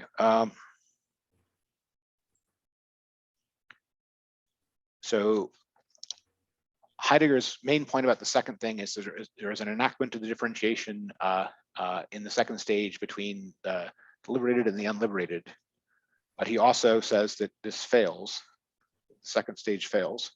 He doesn't really give the reason why the second stage fails. I think there's a more apparent reason in Plato why the second stage fails than there is in Heidegger's exposition of it. I've tried to give what I think that is. Okay. But now we get to stage 3. Stage 3 is, as he puts it, I think accurately, the genuine liberation of men to the primordial light. Okay. So in a way, this is the crux of the allegory, right? There's all kinds of details of it we can get into, but the fact that it happens by violence, the fact that it is not presented as voluntary along the way. There's no description of what force it is that might drag anyone out of the cave and up into the intelligibles. We learn that when the prisoner gets out into the intelligible world first, he first doesn't look at things in the light. He is unaccustomed to it. He wants to see reflections of things. He views things in water and he views things at nighttime. Why? We're still in this business of the familiar being one sense in which things are more unconcealed, as opposed to the true in themselves. And that is still operating, even in the realm of the intelligibles. So the intelligibles themselves are understood based upon what was learned in the cave, right? Not the other way around. We're trained in the cave, we're trained on perception before we get to the intelligibles, and we have to understand even the intelligibles by first looking at images of things, shadows and images in water and so forth. We've noticed that reflection and copying and that sort of thing happens naturally. I got kicked out. That's what happens when you reach a certain third stage. Apparently, You've left the cave, Jason. There you go. Sorry, I had to go up. I was looking at things reflected in shadows, and they went away. I hope that the recording is still going. I mean, it might not be. I think I heard it stop recording. And then it said it was recording again. It started back up. Okay, all right. Recording restarted. Thank you, everyone. So sorry for the technical difficulties. Okay, so I'm sorry. I slightly train of thought slightly discombobulated by all that, but I want to give you guys a chance to ask your questions about the ascent of man towards the primordial light. Joe has his first question. I didn't quite get why the departure from the cave and into the first world, where the light is too bright to see well, why that was any kind of violent step. I understand the return ends there because he goes back as a proselytizer or teacher. Yes. But so the Plato just presents it as that this change happens by violence, and he says that basically the person is dragged up into the light against their will. And the reason he's saying that is it's unpleasant. It's against the grain of nature. It's not what the person would naturally do. They would naturally stay with the familiar. He's not explaining in detail outside of the allegory itself how that actually happens. Yeah, dragged him almost implies a hand-like intelligent thing grasping him. Yes, it might even imply a liberator, like we meet at stage 4, being the person doing the grabbing, right? Because in stage 4, we will learn that one of the things the liberator will do is, pick out one person and drag him up into the light, right? So he hasn't told us that yet, right? Instead, all we hear is that it's not simply presented as a natural occurrence. It's not simply, a natural progression of everyone after they have stood up for the first time, once they reach the age of 35, goes up and sees the light and ascends to the light of the intelligibles, right? Nothing like it. It's not a natural process. It's a against the grain process, and that's why it's rare. But there's no other justification of that description of it as violent in Plato than that.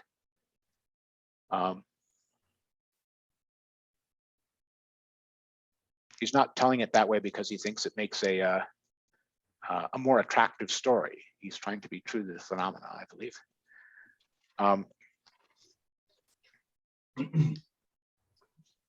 Yes, for me, the interesting jump is that inside the cave, there's no hint at all, no notion at all that there's something outside of the cave. I mean, it's one thing to say that, oh, the shadows we're seeing, they're really artifacts. The real thing is there, but you're still within the cave. Now, it's a big jump to say a completely alien world out there that is the real world. I mean, that is a really radical jump in statement. Agreed. And Plato is certainly not the first person to make that jump, right? Heidegger presents this as those who have done it are something like the friends of being, as he calls them. But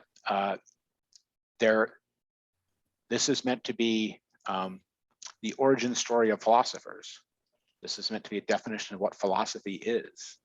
Could also be the origin story for religion. Yes, absolutely. I mean, when Heidegger calls them the friends of being, you can almost hear a quietist saying the friends of God, right? Or any sect for that matter. The Gnostics would say that the spiritual are those who have gone up in that fashion, and they would divide the world into the spiritual that way, and the psychic who are still in the cave, right? So absolutely, there are plenty of such distinguishings between the enlightened and the not enlightened that have exactly this character. If there's a difference in Plato, it's that it's presented in this purely philosophical context and as being purely about access to truth.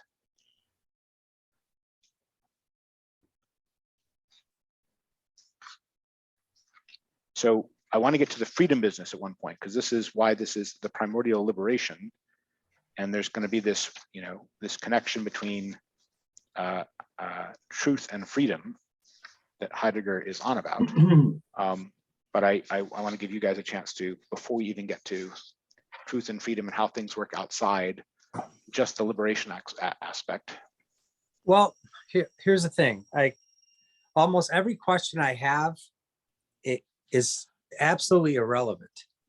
Looking at this again, I'm just like, I think I totally missed this. I feel like I'm the dude when I read this that was looking at the shadows on the wall, because I was asking all kinds of stupid questions that have nothing to do with the text, but more me trying to connect it to things that I'm familiar with. Mm-hmm. Things and so it's just like I would ask them, but you'd probably want to wring my neck because they'd be completely irrelevant. So I want to say I had a lot of questions. Most of them, as I'm looking at them now, are completely irrelevant to where this is going.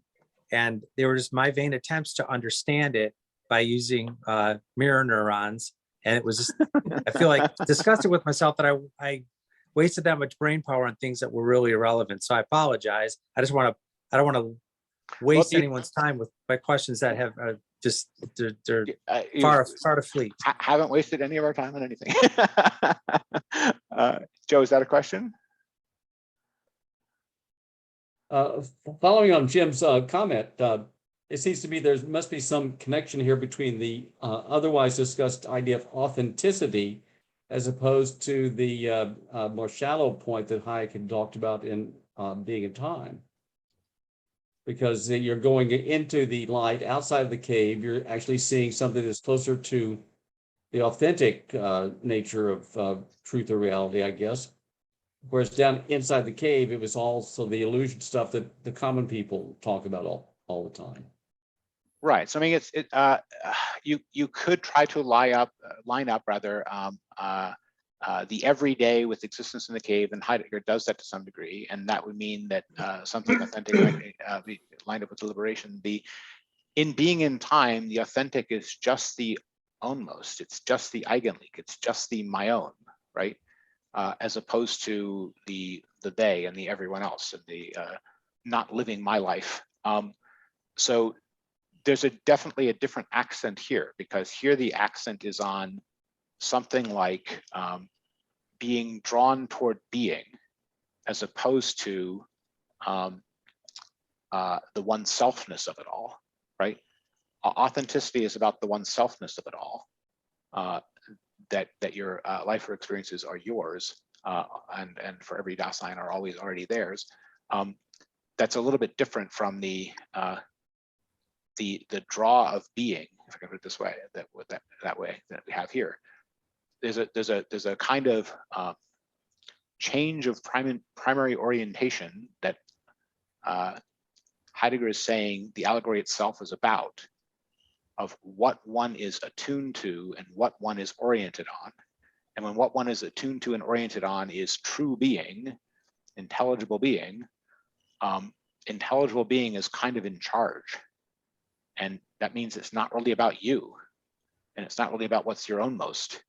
It's about the truer. It's about the more being like, and the attempt to penetrate to what is truly being like is different from the attempt to penetrate to what is me most, if you get me, right? Or most me.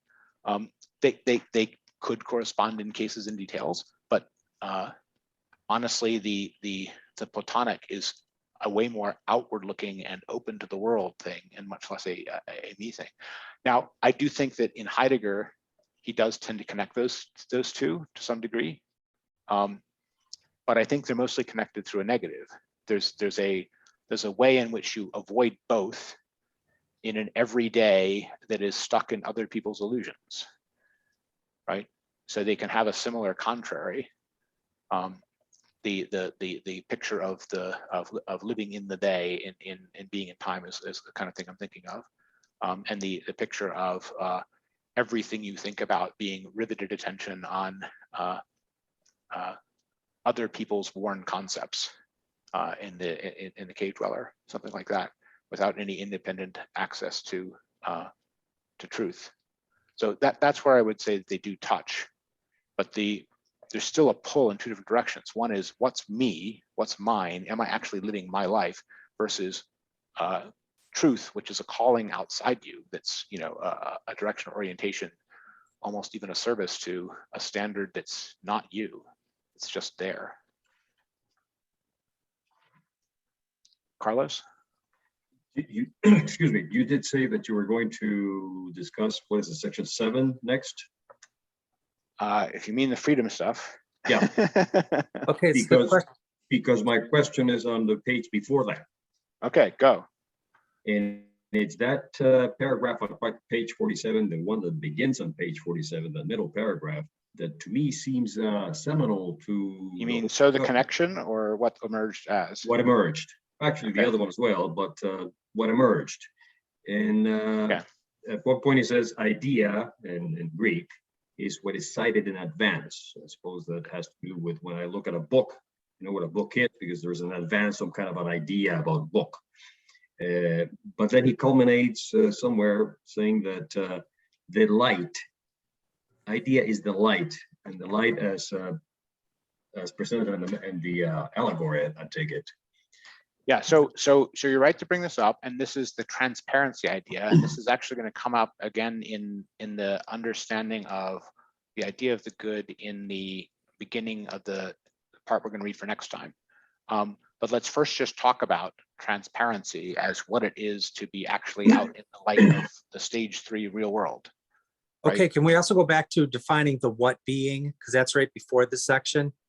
I wanted to make sure I understood that. That's a good. That's a good question. No, Thank you. Other order. Yeah. Okay, sir.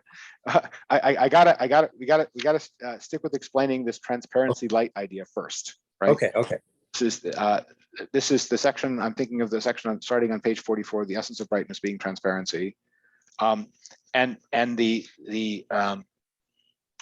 what is the brightness that is out in the real world? The brightness that is out in the real world. What distinguishes stage 3 from the previous stage? And partly this explanation of brightness as transparency is Heidegger trying to explain what counts as being in the real world in his terms and less in the dichotomy perceptible, intelligible that's there in Plato. But they do line up in a way. Okay, so let's first understand that we're trying to deal with the realm of the intelligibles. We're trying to be in the realm of the intelligibles. In the realm of the intelligibles, we experience the actual being of things, not just their outer shadows. That's point one. That's the claim of point one. We can talk about what that actual being means, but the other thing about it is that we experience it, right? There is something in the outer, in the stage 3 world, the sun of the stage 3 world, that is providing the light that illuminates the mind and the thing thought. So the thing that is going on here is there is a mind-likeness, and there's an intelligible thing thoughtness that are sharing something that is needed for them to communicate with one another. And this is the transparency yoking them together. So why does this matter so much for Heidegger? This is the place where there is something in Plato which is like the betweenness of Dasein. It's like the not on the subject pole and not on the object pole, but in the between that links them together. The transparency is the betweenness that's linking them together. That also means that it's the open region in which beings appear. An open region in which beings appear, and the transparency yoking the thing thought and the mind thinking it together. These line up with one another. So there's elements of Heidegger's own understanding of Dasein as the open region in which beings appear, which is being replicated, or is a replication itself of this Platonic understanding of the natural light, we tend to say, illuminating things and the mind. What is that natural light when we speak of it not in the terms of light, not in the terms of the metaphor, but in the direct terms of what the allegory is about? It's the truth. I mean, he says here it's the idea. The idea is the thing that conveys conveys between and unifies the thing thought about in the mind thinking it, but it's truth. Truth is that light. Now, the hypothesis of the ideas as you get it in Plato's Parmenides is meant to say something like the way in which the truth about the being and the thought in the mind can correspond with one another is because each of them is corresponding with this third thing, the idea, that is the same in both of them. The pattern in the thing that is its being, that is its what being, and the thought in the mind can be isomorphic to one another, can correspond to one another in their form. He's trying to explain how something like vertical understanding of an eternal truth can happen. And that's what the theory of the ideas is. It's an attempted explanation of how a pattern in things and a thought in the mind can be in correspondence with one another. The reason is each of them is in correspondence with a third thing, the form that they share. That form that they share is the idea. But the transparency of the idea that is in the two or the three places, right? All of that is truth to Plato. Now, this is also where Heidegger is going to come in and say, oh, does this mean he's turning truth from an appearing to the mind or an appearing of being into a correspondence between what is the pattern in the things and what is the thought in the mind, right? Is this going to be an origin point of a correspondence theory of truth? There's an element of that in the notion of idea, to the extent that the notion of idea is an attempt to solve a problem. It may be inventing something like a correspondence. But what is the problem it is trying to solve? It's trying to solve the problem of how does a finite, fallible, in-time human mind veridically understand an eternal, unchanging, noetic truth? right? Somehow these two things which seem somewhat incommensurable with one another have to come into contact. How do they come into contact? Contact may be just a metaphor here, and maybe the fact that that is a contact metaphor is at bottom the thing which is bothering Heidegger because it's not true enough to the phenomenology, right? But that is the way Plato is thinking about it and why he winds up inventing the theory of the ideas to explain this. Okay, but the point here is that the essence of brightness is transparency and light. This is the realm of intelligible truth, where there are intelligible things, intelligible in themselves, that are truth-like, that are mind-like, that are thought-like, and there are enlightened minds thinking them that are open to that truth. Okay, and all of this is only able to happen with those two poles because there is something between which yokes them together. That's the light. That's the natural light. That's the truth. One sub question on terminology. I heard you Yes. say something about the open region. Is that what another text he calls the clearing? Yes, very close. Yes. Very close. Well, I mean, the clearing has slightly more technical meanings in specific contexts in Heidegger that they move around. But Okay.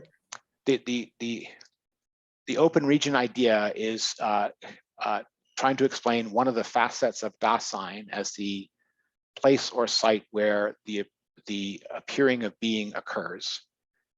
I don't know if that helps, but the fact that there has to already be an open region in which that occurrence occurs, and that region itself has to open, is the kind of event he's pointing to.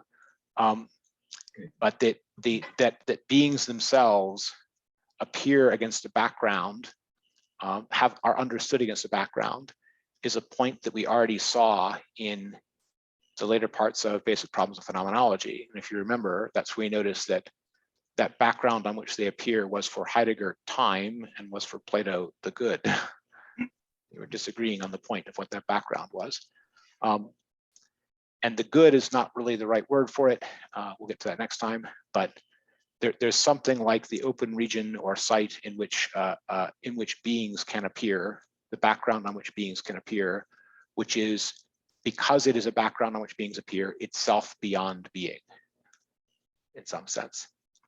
So this epikoneia, ine, this somehow beyond being, is the thought we're getting at with the opening of the open region.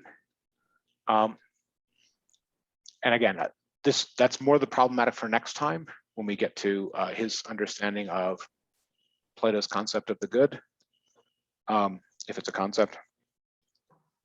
The other thing I want to point out here, though, is that we're keeping with Heidegger's problematic for a second, instead of just explicating the allegory.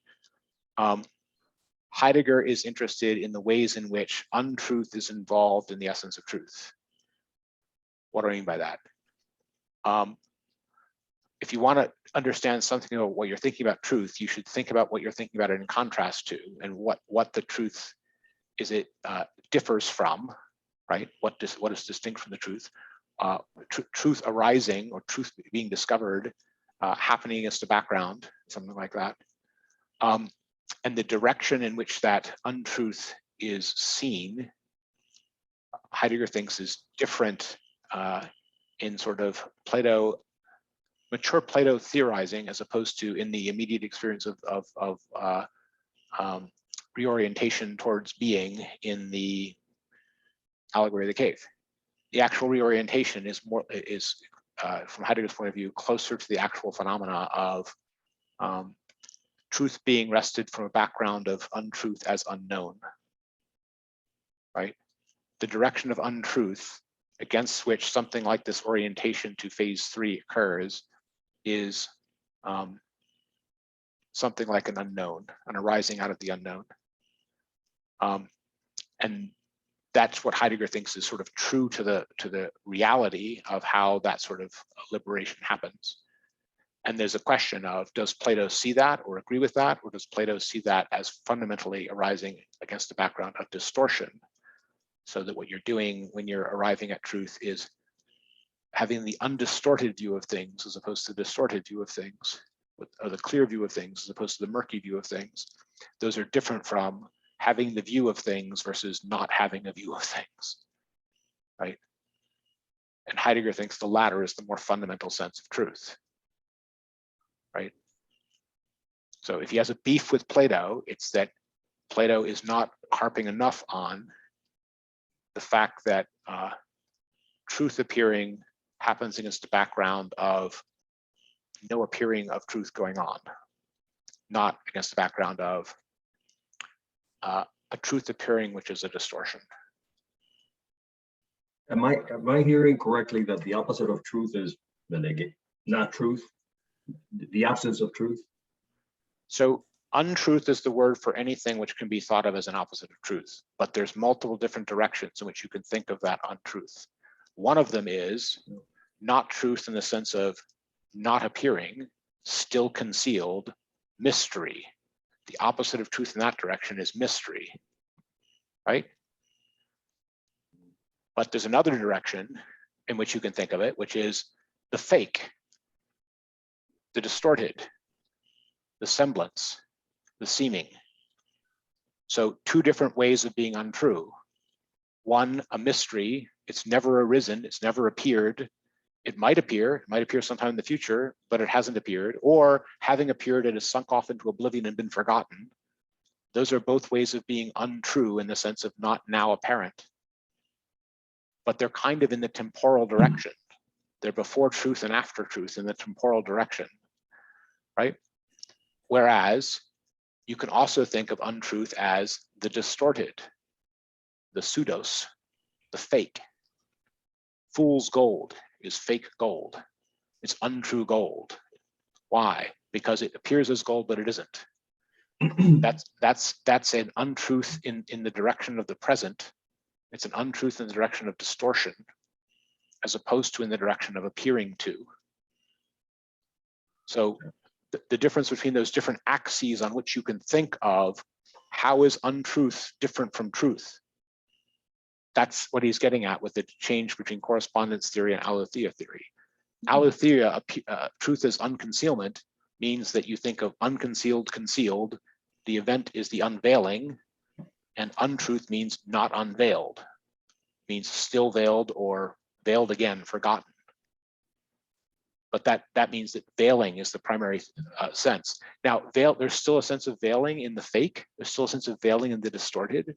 Something about the true present is veiled in something fake, but it's still something apparent. It's just not apparent. It just doesn't wear its true face. It just doesn't look like what it actually is, right? So what Heidegger is alleging is that untruth moves from the first of those senses towards the second of those senses as we go through Plato to Aristotle, and that by the time we've gotten to Aristotle, the untrue is the false, and the false is a propositional statement about something which does not correspond with the case. It's anything distorted. So the false as the distorted, as the I got a detail wrong, I didn't tell the exactly corresponding statement to the reality.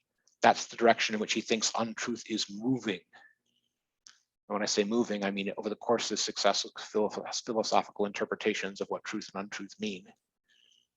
It's moving towards just meaning the false as the misled by the pseudos, misled by the fake or the apparent. Does that help? Very much, thank you. Great question.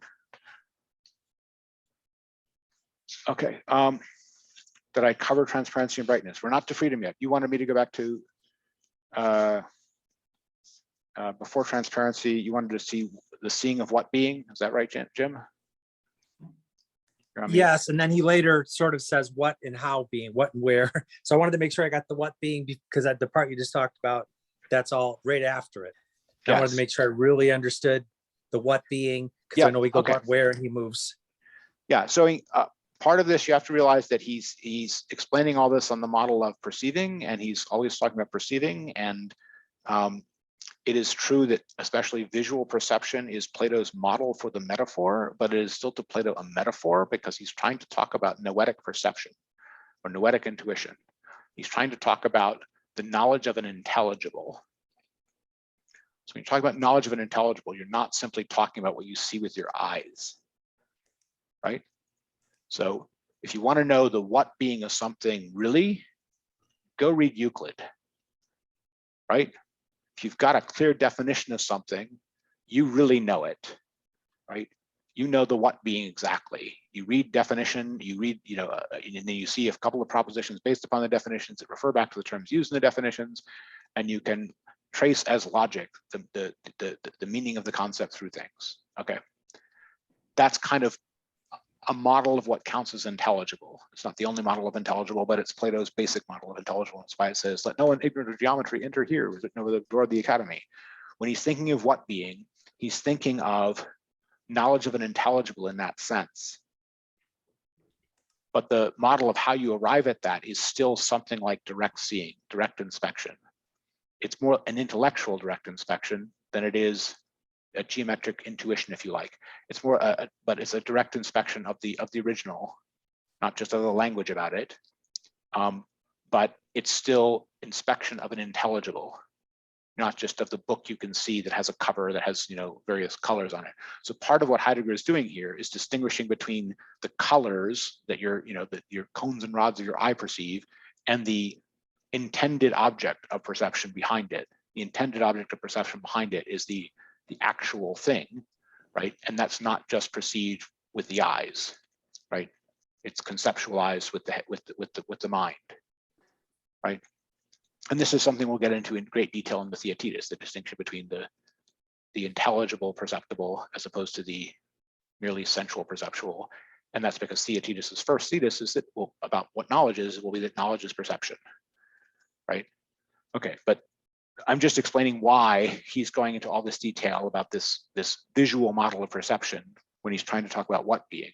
At bottom, what being is meant to be something like the intelligible concept of something, right? And the idea that the intelligible concept of something is the being itself or the being of the beings, right? That is the characteristic thesis of both Plato and Parmenides. That's why he cites Parmenides here about being and thinking and being the same. There are plenty of people who are, you could put it this way, less Platonic realists about mental operations than that, and who want to make everything thinking into some sort of abstraction, right? About perceptibles or about words, something like that. There's none of that here. This is Platonists and Parmenideans thinking that when you understand the intelligible concept, you've got the actual being, right? So when we're talking about knowledge of what being, that's what we're getting at. Why does this matter here? Because the move into the intelligible realm at all is first and foremost the fact that you're dealing with intelligible what being. You're not just working with shadowy perception concepts. Or not even concepts, percepts, right? You're not noting down in the lab how green the color looks to you in your notebook, right? You're dealing with this number of angstroms, right? You have a clear conceptual definitional what being, and that is the being to a Platonist or a Parmenidean. Does that help? Yes, thank you very much. Okay. And he makes the point there in passing about Galileo, Kepler, and Newton, that the reason modern science actually works is because they did this, there was this mathematical prefiguring or pre-modeling or projection of what would count as an entity of nature for the physical sciences to, the science of physics to deal with. The motions of mass points localized in space with a measurable determinable mass. The projection is that events insofar as they could be characterized in that way counted as physical events. That sort of projection is this classifying something to its what being in this Platonic projected sense, right? Now, the Platonist thinks that when he's doing that, he is not just making that up, he's not just inventing a construction, he is guessing, he hopes, accurately the actual machinery behind the world, the way it actually works, right? But that's what we're getting at with what being, and that's why he brings that up in the, he brings up the example of the discovery of nature in the modern period being this mathematical projection behind the world. Okay. Quick question on that. Yes. Is there anything on Heidegger and quantum mechanics and the way in which quantum mechanics shifted that thinking? None of it is terribly informative in my opinion. I mean, he knows the people doing quantum mechanics, he's friends with Heisenberg in particular, and had conversations with him about it. But I think he steered clear of trying to pontificate about the subject because he regarded it as a minefield, and he did not try to pronounce on the subject. He also did not try to learn from the things Heisenberg was telling him were being discovered in physics, things that he should think about metaphysics, nothing like it. So he's aware of those developments, primarily through that connection, but he avoids ensnaring his thought in it one way or another, in my opinion. The place where there's things in Heidegger that are actually reasonably close to some of those things, though, is this understanding of potential as a real thing. That's the place where you get something where he might actually be somewhat indebted to that train of thought. His reasons for thinking of ourselves as being oriented towards time in a way that views potential as a real thing is way more, if I can put it this way, narrative and biographical rather than physical. But that's the only place I see the two touching. Does that help? Yeah, thanks. Nick, question. Can I say something? Sure, go ahead, Dan. I read today, I think the book I'm reading now, Zolikon Seminars, and there he just read today that he says that for quantum mechanics, there are no longer objects. So he's trying to go there and, discuss the classical sciences and in terms of objects and subject, and he said that in quantum mechanics there are no longer objects. That's all. Yes, I mean, but there's multiple places though where he talks about the dissolution of objects. One direction of dissolution of objects can be you think of the actual between subject and object in a Dasein-like way, but the other is that he says that in technology objects also disappear into standing reserve, right? So the fact that he says that objects dissolve in quantum mechanics doesn't yet tell you in which of the two directions, in terms of his own thinking, he thinks that dissolution has happened. It could happen by integration with something like subject, or it could happen from dissolution of everything that it is into mere raw material, standing reserve, orderable energy. Does that help?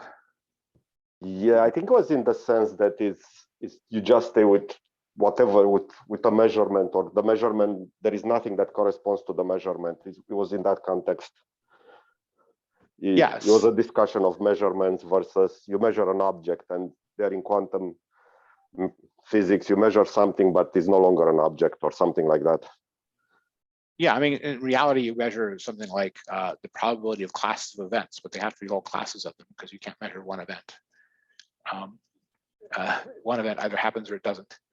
You can only you have to have some projection of the classes of things that are equivalent for a quantum measurement to make sense. But anyway, that's to me, it takes us a bit afield, but it's fair to point out that he does try to comment on it at times. Sorry, Nick, you had a question. Yeah, I wanted to go back to the clarification. I guess you might have to repeat yourself on the idea of the relationship of transparency, light, yes, idea, and being. A quote here, especially I think that puts all together. Being, comma, the idea is what lets through, colon, the light. The idea allows us to see a being as what it is, lets the being come to us, so to speak. So is the transparency from the light, is that the idea that brings about or unmasks or unconceals the being? Maybe that, how do they all relate, I guess, in short? So Heidegger is trying to explain the sense in which okay, so we have to move in the two levels. There's a level of the metaphor and there's a level of the thing the metaphor is about, right? On the level of the metaphor, right, there is the supposedly perceptual object, there's a supposedly perceiving eye or mind, and there is the light between them. And the point of the metaphor is that the light is necessary for the eye to see the object. The object cannot be seen in the dark. The eye cannot see in the dark. There is something sun-like about the eye, and there is something shining about the object, such that the light can yoke them together. The light is the means of communication between the eye and the object. It is the yoking together of the two that puts them in communication with one another. That communication with them is perceptual sight in the case of that side of the metaphor. Okay. On the intelligible side, we're talking about something being intelligibly understood. The eye has been replaced by the understanding mind.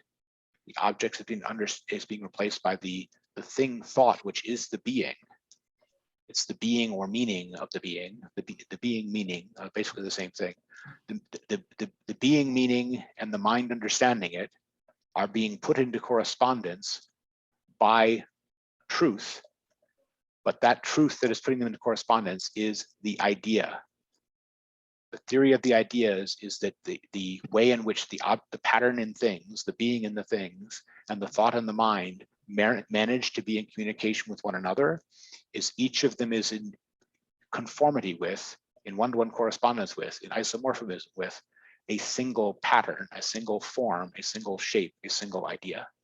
Okay, so the idea is the thing that puts them together. So is the idea something that exists in the mind and on the side, or is it something that is This really is the whole disagreement between Plato and Aristotle. Aristotle says, well, that makes perfect sense as long as you think of the idea as only existing in the mind, because where else would it exist? But if that's all it is, if it's only a pattern in the mind, then Plato has completely failed, because he's trying to show how the something in the mind can be in correspondence with an eternal truth and an external reality. And there's nothing eternal about about a mere pattern in the mind. The mere pattern in the mind doesn't have anything eternal about it. He's trying to say that the pattern in the thing and the thought in the mind can both be in correspondence with something more like an eternal mathematical truth. Okay. And because of that, it has to exist somewhere outside the mind. It has to be objective outside the mind and not made by the mind. It has to exist naturally. And that's exactly what Aristotle won't agree with, and why he thinks that the theory of the ideas is, a made-up story. So from Plato's standpoint, the idea, which is the pattern out there, or not just in the mind, but a pattern that describes the being. Let's be clear, right? Okay. When he's asked in the Parmenides, young Socrates, what he thinks about where the ideas are, he says, maybe they're patterns in things, or maybe they're ideas in minds. And Parmenides tells him, you're going to have to work on that, right? and then young Socrates, who's still a teenager at the time, says, well, maybe if they could both be the same, it could be both of those things instead of just one of them, if they were both alike. And then Parmenides attacks him with the third man argument. He says, if they're both in correspondence with one another, it's because they're in correspondence with one other thing, which is the pattern between them. But then there's another idea, which is the idea over those three ideas, and another idea, which is the idea over those four ideas, and another idea, which is the idea over those five ideas. And you have an infinite progression of these ideas, and that's absurd. And Socrates says, I don't have an answer to that. No one has come up with a better criticism of the third man argument than Socrates already presented. Well, Plato already presented Socrates to Fielding when he was a teenager, right? It's still the most cogent logical argument, if you only learn about logical arguments rather than phenomenal arguments, against the theory of the ideas. But Socrates doesn't regard this as a criticism of him that's going to make him back off from it. And to the end of his life, he calls it the most likely hypothesis of how heretical understanding happens. That there's some third pattern in things, which is not just in the things and it's not just in the mind, but it's outside both, that they're both in correspondence with. Okay. When we talk about information in the modern world, we're trying to get at something very much like the same concept. We think of information as something to be encoded in an object. We think of information as something that can be extracted by a processor or a mind. And we also think of it as some mathematical thing that's between them. Information is just as slippery a notion as idea, is what I'm trying to say. They're very related. Okay. But where does information exist? Same question. Yeah. So I guess the other, I think that makes it clear for me. But there's also the notion, which is, I think, a common notion that the idea is the essence of the being, i.e., when you unconceal, that the idea is is the essence of that being. Yes. But this is not how Heidegger is talking about it in this. It is kind of how Heidegger is talking about it. It's certainly kind of how Plato is talking about it. When he's talking about what being, right? When he's talking about essence as what being, the idea, the claim there is that the essence of the being of the beings, des Seindens, as you put it, right? It is the thing which does appear to the mind in the radical understanding. Is that the idea? Heidegger says that's what Plato says that he wants the idea to mean.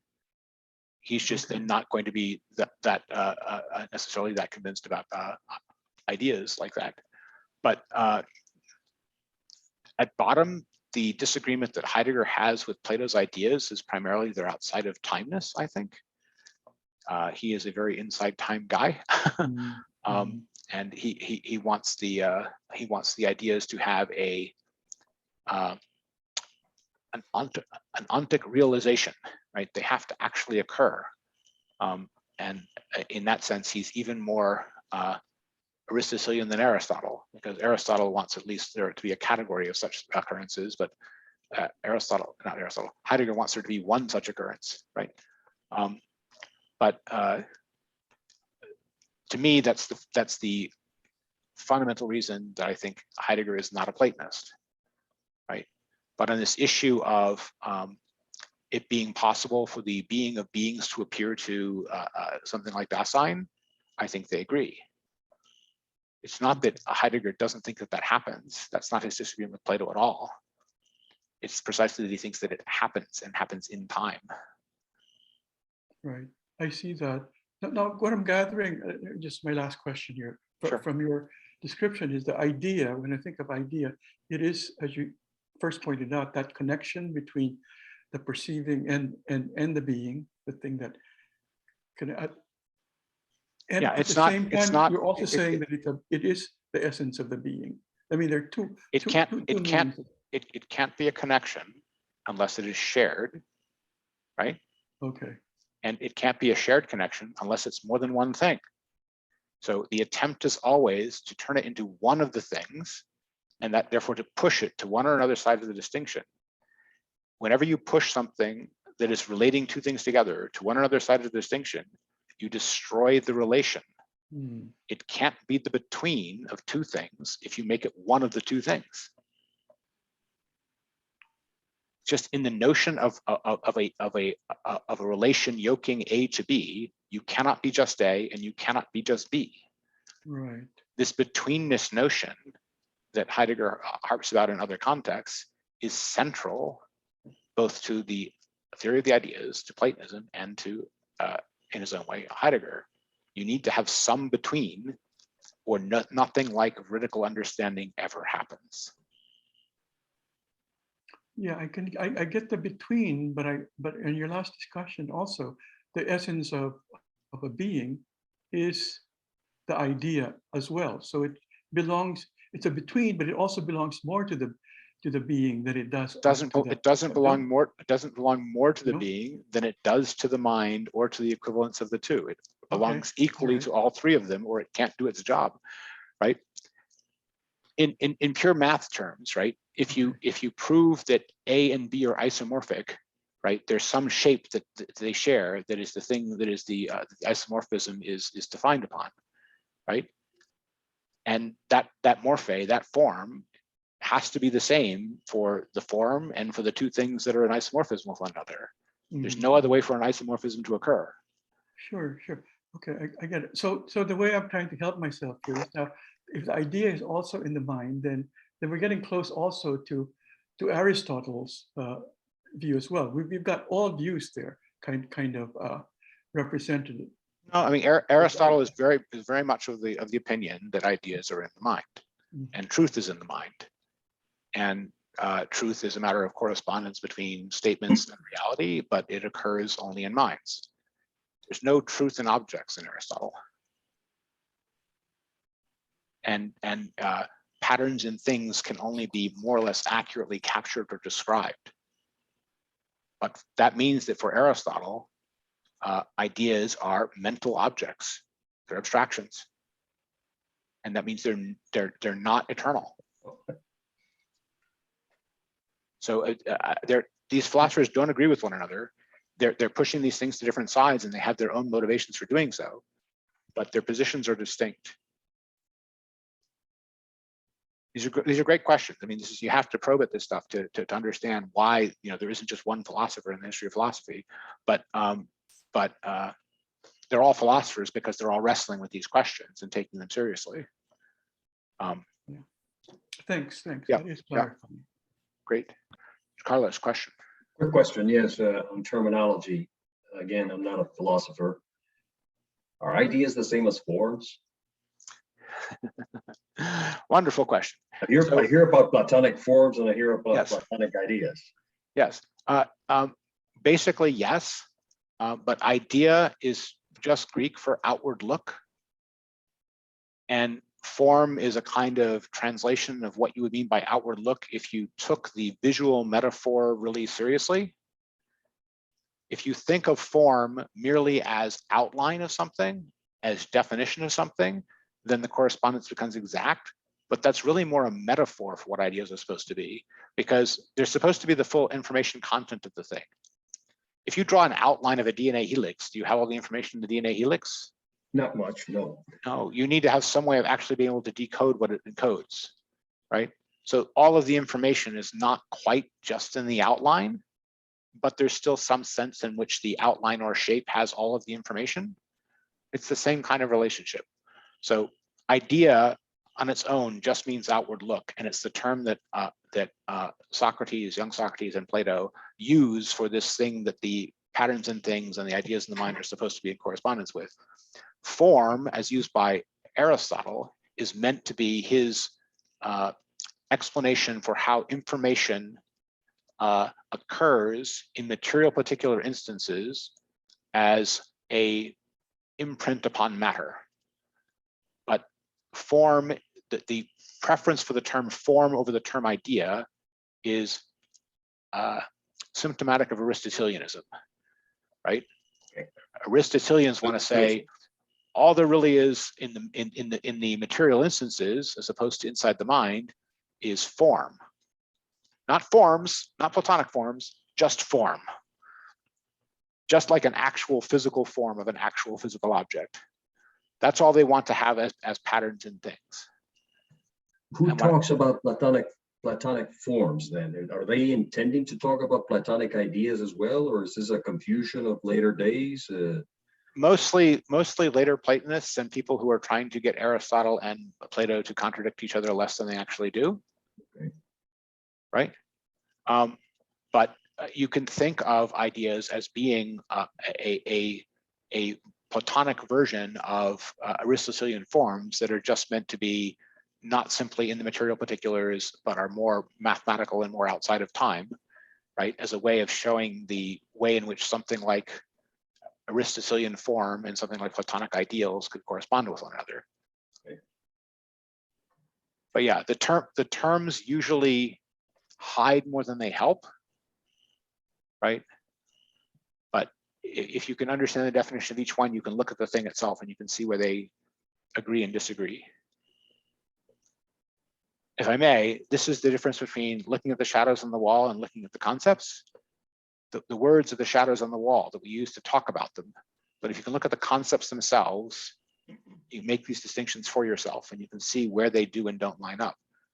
But the way that you do that is you have to have your mental mathematical conception of what philosopher A or philosopher B was trying to say or mean by this thing. You need to have his actual noetic thought yourself that you can examine If you only have words about it, it's shadows. Full circle. Yeah. Okay. Thanks. Excellent questions. Okay. So we're almost to the end of 3, but we still haven't talked about 2 things: the gradations of hiddenness and the freedom business. We have to get to the freedom business. We're not done until we get to the freedom business.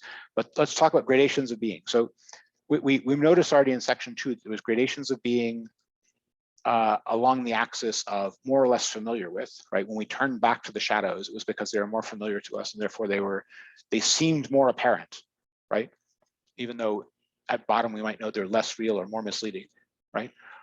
In this part on section 3, though, Heidegger harps more on the degrees of unconcealment in the direction of truer.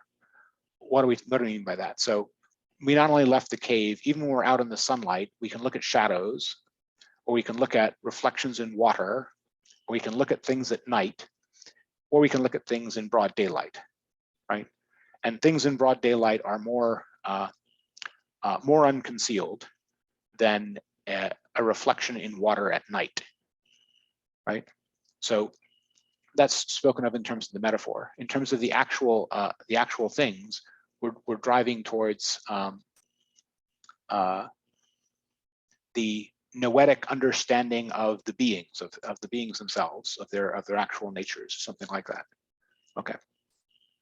There is a thesis that Heidegger will get to by the end of this thing we're reading next time, which is hinted at a little bit here, which is that there's another way of thinking about this direction towards the more beingful or the more unconcealed, not in the sense of familiar, but in the sense of truer.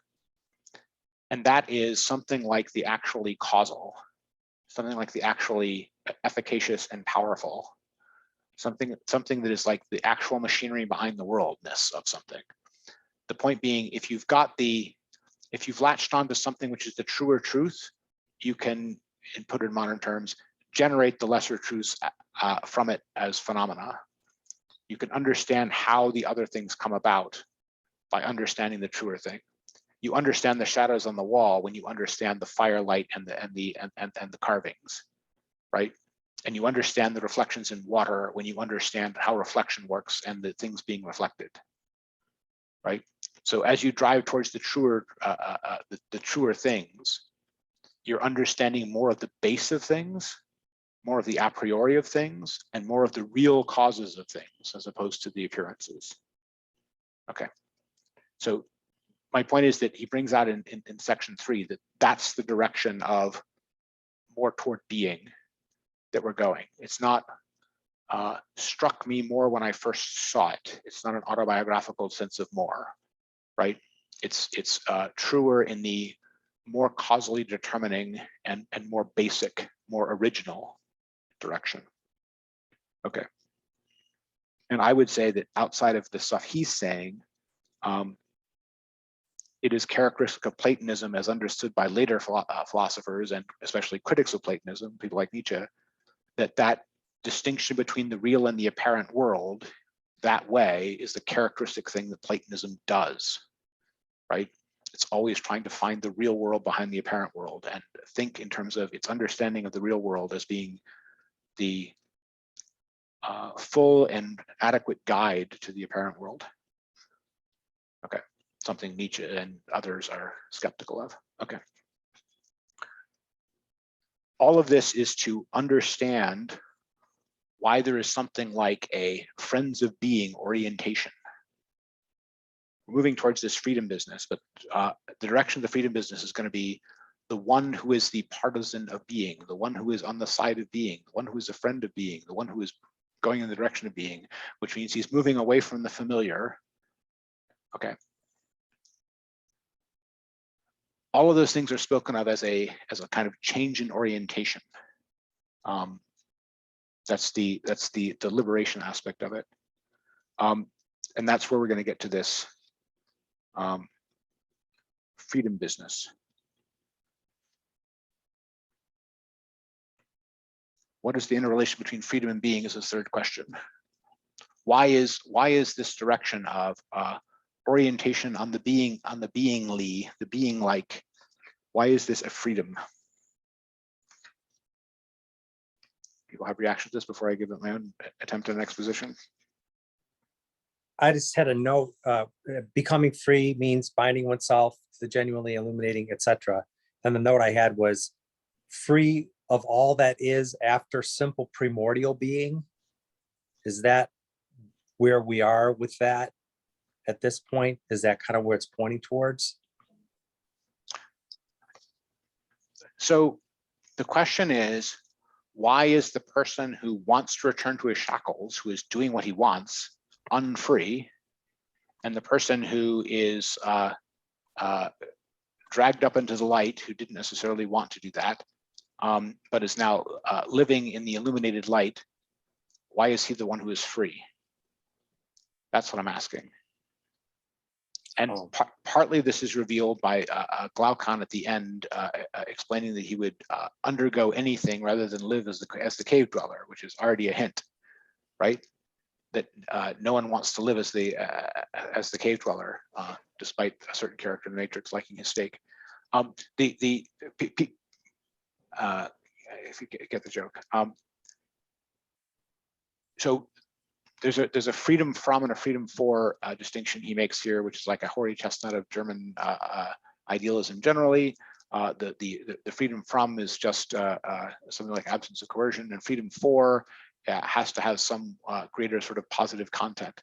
But the freedom for here he describes as something like a binding commitment to or orientation toward the unveiling of being. And this is Heidegger presents this as something like man's essence. It's man's proper nature to be the partisan of the unveiling of being, to be aligned with truth appearing. So the truth connection is sorry, the truth connection. The freedom connection goes through a truth connection. I think some of this is actually clearer in a later essay. It appears in translation in Basic Writings, I believe, with the same title as this one, but it comes later in the 40s, I think, 40s or 50s. But he goes further into the direction of this understanding the relationship between freedom and the essence of truth. I think does a better job of it there than he does here, honestly. But the same thing is what he's getting at in both of it. That there's something about the fulfillment of man's essence or nature that requires him to serve truth, something like that. Carlos? Is there any, I'm not muted, I know. Is there any, what's the word for freedom in Greek?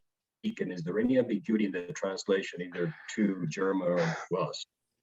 The freedom is not coming from the Greek. The freedom is coming from Heidegger. Heidegger is the one bringing up freedom here. There is definitely a sense of being let loose from the shackles. That's not the freedom he's talking about here. He's not talking about just being out of the shackles.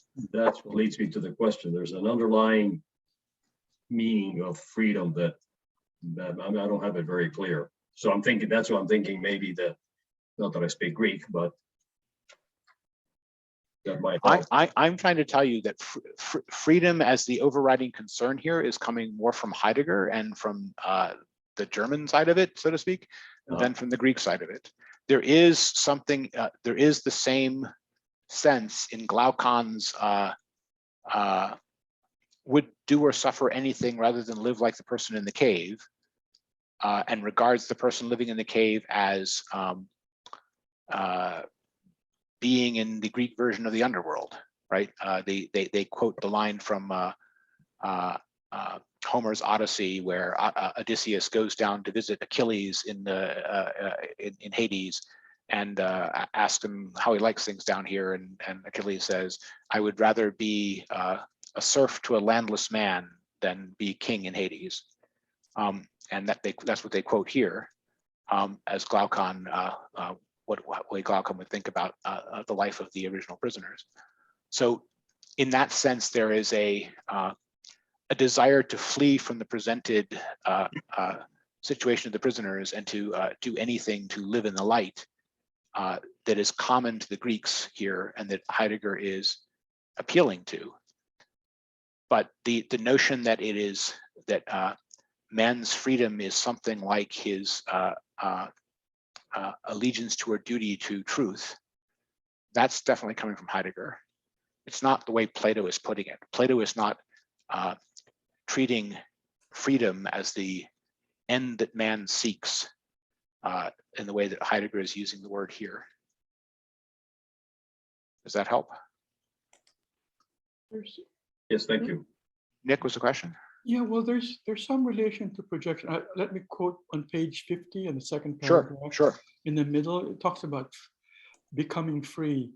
Becoming Yes. free for beings, comma, that seeing in the light, which is all in dashes, seeing in the light, means to enact the projection of being, sign Sentworth, so that a look, picture in paren, of beings is projected and held up in advance, so that in viewing this look, one can relate to beings as such. So becoming with a projection, becoming free with a projection of being, unclear. I don't know if that how that relates.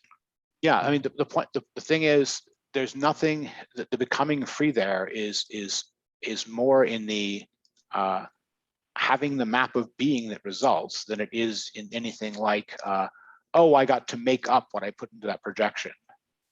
Heidegger is not saying that I was free to put anything I want to in that projection. So I put in, my idiosyncrasies, and I made sure that the universe that resulted was blue and crowded on Sundays, right? That's not the kind of free he's talking about. For him, the free aspect of it is that in that viewing, one can relate to beings as such, and that there is a that relating to beings as such, the enactment there is the key thing for him. From Heidegger's point of view, that projection of being enacted, the fact that that is enacted, that's the free act. That's the historic act. From Heidegger's point of view, the fact that you have actually performed that free act, the fact that you actually enacted that free act, has opened up a region of being. And that is put you in the history of the unveiling of being. It has written you into being's story. You are now part of the life and times of being, because you are part of the opening projection that in which being appeared. And that, when he's calling that the free act, there's a sense of freedom as destiny in history, as performing the historically meaningful act that he's appealing to. There's a whole underlying notion that you get throughout German idealism that man's free acts make history.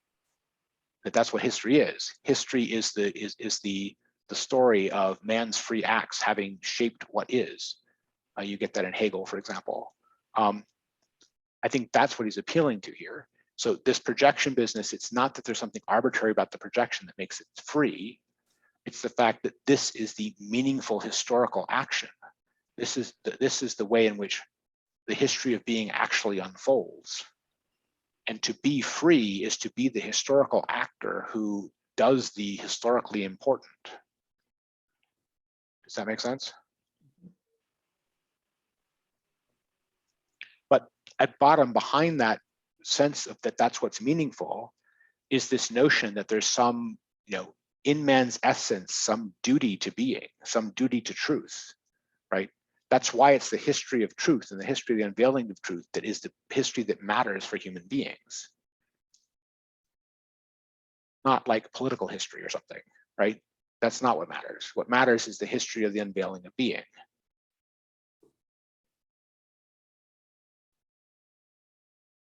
This is also what he's getting on 51, where he talks about, he gives the example of Burckhardt, right? Where he talks about his ability to understand fate, greatness, and the misery of man, right? And the limits of human action. In short, because of his anticipatory understanding of the occurrence we call history of the beings, these particular beings, right? And that he's presenting as a function of just Burckhardt's depth. It wasn't the particular things he thought about history. It was the depth with which he understood human action in history that meant that history as a field was opened up by a Burckhardt. I think, by the way, this is also the way Heidegger thinks about his own action. It's the way he thinks about where his own philosophy stands in these things, right? So if you want to know why he often has this seemingly portentous sense of what is at stake in his philosophizing, that's why. This is the plane of, you know, the historical happening that he thinks all these things occur upon.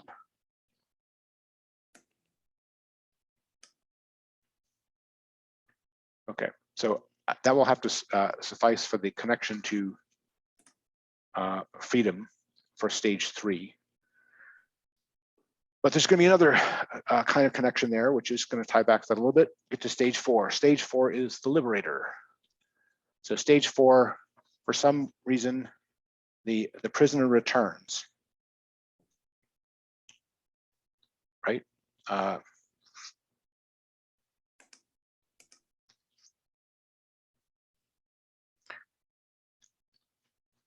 And the first thing to notice about prisoner returning is that they won't believe him. If they thought that he was going to drag them up to the light, they would kill him rather than be dragged up to the light.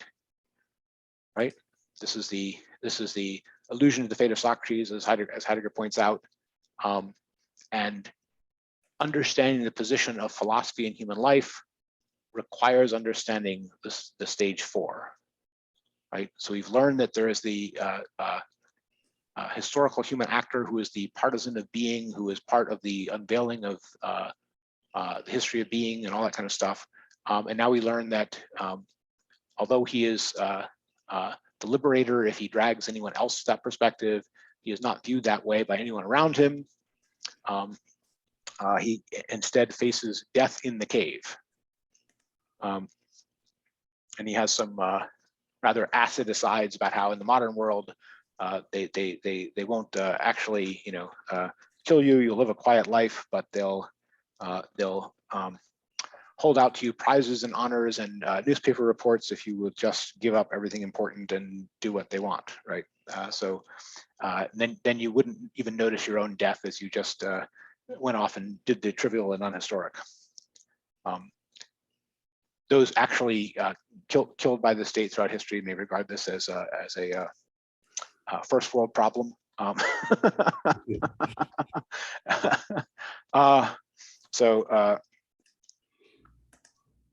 Okay.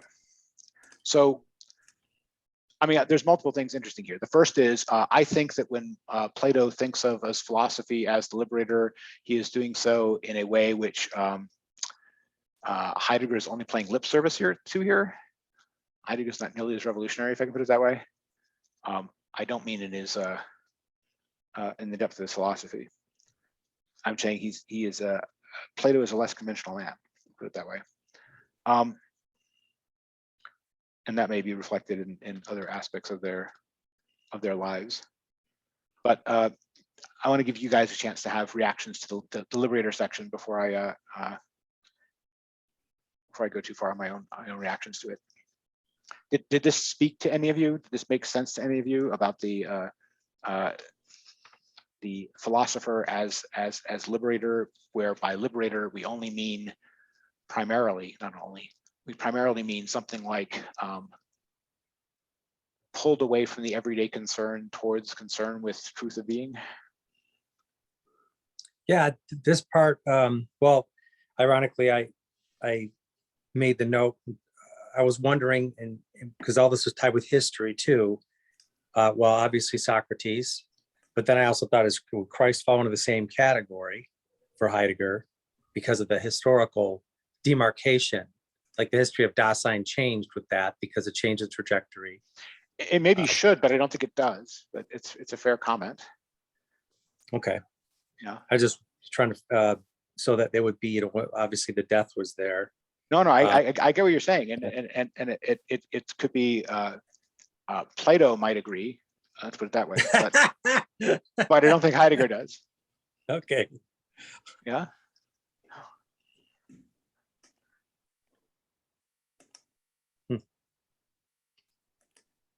Okay, so I have to comment on this, right? He's talking about this is page 68. He's saying that today they wouldn't give you hemlock, but instead the poisoning would happen by becoming interested in the cave philosophers, such that everyone says to one another that these philosophers must be read, such that one hands out prizes and honors within the cave, such that one gradually creates a newspaper and magazine fame for the philosopher and admires him. Today, the poisoning would consist in the philosopher being pushed into the circle of those who are interesting, about whom one writes and gossips, those in whom within a few years, certainly no one will any longer be interested. For one can only interest oneself in something new and only as long as others do so. So he's saying that that's the way that that's the hemlock that would be given today. I'm not quite sure it's hemlock. Seems to be describing academia. Yes. Yeah. Yes. Jeez. This is like, you know, a year or two before he takes over the rectorship, and he's describing academia in these acid terms in the middle of a Great Depression. Yeah. I don't know how seemly this is to complain in this manner. Let's put it that way. there may be things which are connectable at academia, and there may be things which are to be avoided as distractions about sort of they self-existence. But this is a little acid for someone in his position, so to speak. On page 69, I'm not muted, I might know. No, you go ahead. There's an interesting line halfway down the first paragraph where he says, because today there can be at best be more or less good sophists who at best prepare the way for the philosopher who will come. And I've got on my sideline Messiah. So was he a religious guy? Yes, well, some of that might be self-deprecating or meant to be self-deprecating. Yes, I mean, in some of, not long after this, in fact, in some of his, at the time of published writings, he will have things where he's talking about, you know, the future philosophers, philosophers of the new beginning and so forth, in ways that remind of some of the, I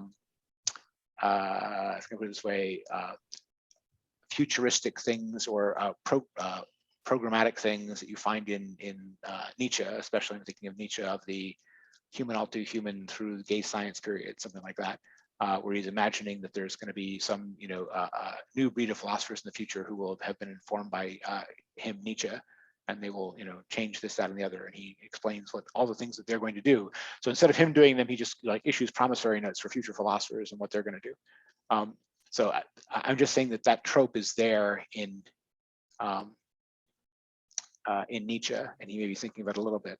But I think it's also meant to be slightly self-deprecating. But at bottom, I do not think that Heidegger is capable of honest self-deprecation. He has way too too strong a sense of his supposedly exalted destiny. The little that I've read about him, he didn't seem to be very humble. Yes, humility is, he's never been accused of being overly humble. Which is not necessarily a criticism if you can do it, right? As they like to say, but it's certainly you get away with it. Yes. If you can carry it, if you can make it stick without offending anybody, I suppose it's acceptable. Yeah, but I mean, at some point we're descending into biography. Okay, there is a last thing we need to talk about before we get to the stuff which is going to be about the truth thing next time, which is, has he? I mean, I want to just pull back for a second. In all of this, he's mostly followed Plato and the allegory. He's added his own things to places. I mentioned some of the things about perception versus noetic and the ways in which he sort of downplayed the difference between noetic and perceptible in Plato. But there's still, overall, he's presenting the allegory in Plato as just and fair guides to the philosophical orientation or reorientation as a useful or necessary thing, as a great and historic thing in human life, as part of the human situation, all that sort of stuff, right? He's not disagreeing with this allegory, right? At the same time, we had some intimations early on that this was all supposed to tell us some way in which the proper track of understanding the essence of truth went off the rails. Have we seen that yet? Have we seen the place where this supposedly departed from the correct understanding of aletheia and instead introduced some fundamental distortion or missing of the point of it? I put it here, we haven't really seen that yet. I would keep your eyes out for whether or not missing the fundamental point of aletheia consists in not anticipating things that Heidegger hadn't figured out by the end of being in time, right? In other words, if you hold someone to the standard of they have to be more enlightened than I was when I wrote my first masterwork 2,000 years later, not many people are going to pass. Is that the standard, or is the standard lower? I think that's an open question. So I'm not deciding that question for you. I want you to consider it seriously. Okay.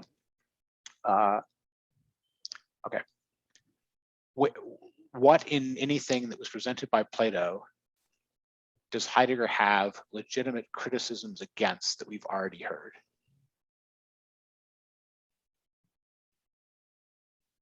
Have we seen a great concealing of the notion of truth as unconcealment?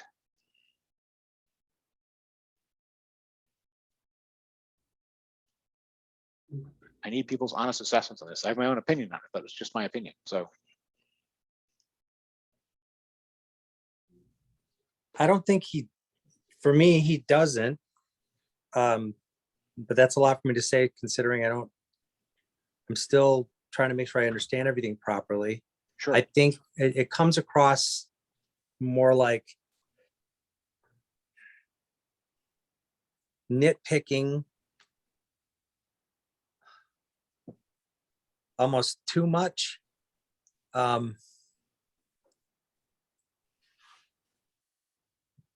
mean, I seems see like places where his concern with the historic, for example, is not there in Plato, right? But he's still, the thing which he's pointing to as historic is something like philosophy as Plato does it. That's kind of his model of what counts as serious historic action, is to do something like what Plato did. Yeah. Right. As opposed to here are the ways in which you can clearly see that Plato fell short of the ideal philosophy must hold itself to. Right. I don't see that yet. Now he may still have that in the section, because we're going to get to the sections where he talks about the idea of the good and his understanding of moving towards the understanding of untruth, and could the understanding of untruth change. He still has time to make his case. I'm not saying he hasn't made his case because he hasn't made it yet. But I'm saying in the exposition of the allegory itself, I do not find any substantive undermining of Plato's own position yet. Yeah. Yeah, which has made me wonder why Rosen was so adamant on certain sections of it. The thing I like, you to build on what you said, the thing that seems most similar, but and this is a little bit outside Heidegger and Plato, is that Plato had this great seeing of the light, if you will, and then everybody afterwards kind of started to conceal it and got in the weeds by bickering about things for 2,000 years. And Heidegger comes along and says, I'm going to save us from this. And then he tries to do it. And then what happens is immediately after is you got Derrida and Foucault and all them do the same thing. They take his ideas and start to do stuff with it that, you could argue is what happened with Plato's philosophy. So it's like, maybe we need to see that happen every time, because people are going to do what they want anyway with it for their own purposes and reasons, as opposed to the depth that it has in and of itself. Yes, I think if you're expecting that the way that philosophy is going to succeed in historical action is by having a favorable reception equal to it in its depth and fully understanding it, all of its meaning, and ramifying its consequences in a logical and progressive way, you will be disappointed, right? That doesn't seem to be the way the history of philosophy advances. It seems to be more like another great philosopher has to assimilate what was said before, and that's the only way it happens. Carlos? I seem to remember, I don't know if it was Rosen or somewhere else that I read that somebody who met Heidegger and somebody who heard Heidegger confess that he wasn't really too understanding of Plato. Yeah, that was in the Rosen book. In the Rosen book, he said that what Rosen claimed was that Gadamer told him this. Gadamer was There one you of go. Heidegger's students, right? It was a three. He claimed that in an unguarded moment, Heidegger had said that to Gadamer, and then Gadamer had told that to Rosen. So that's that's our hearsay evidence, and it's pretty thin. But you have a prodigious memory, Jason.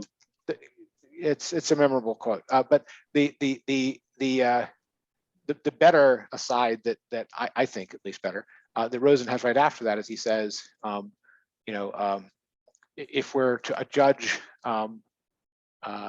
Plato by the reception he got from his students and understand him only through Aristotle, one wonders if Heidegger would like to be understood only through the way he was interpreted by Gadamer and Derrida. I remember reading that too. Yeah.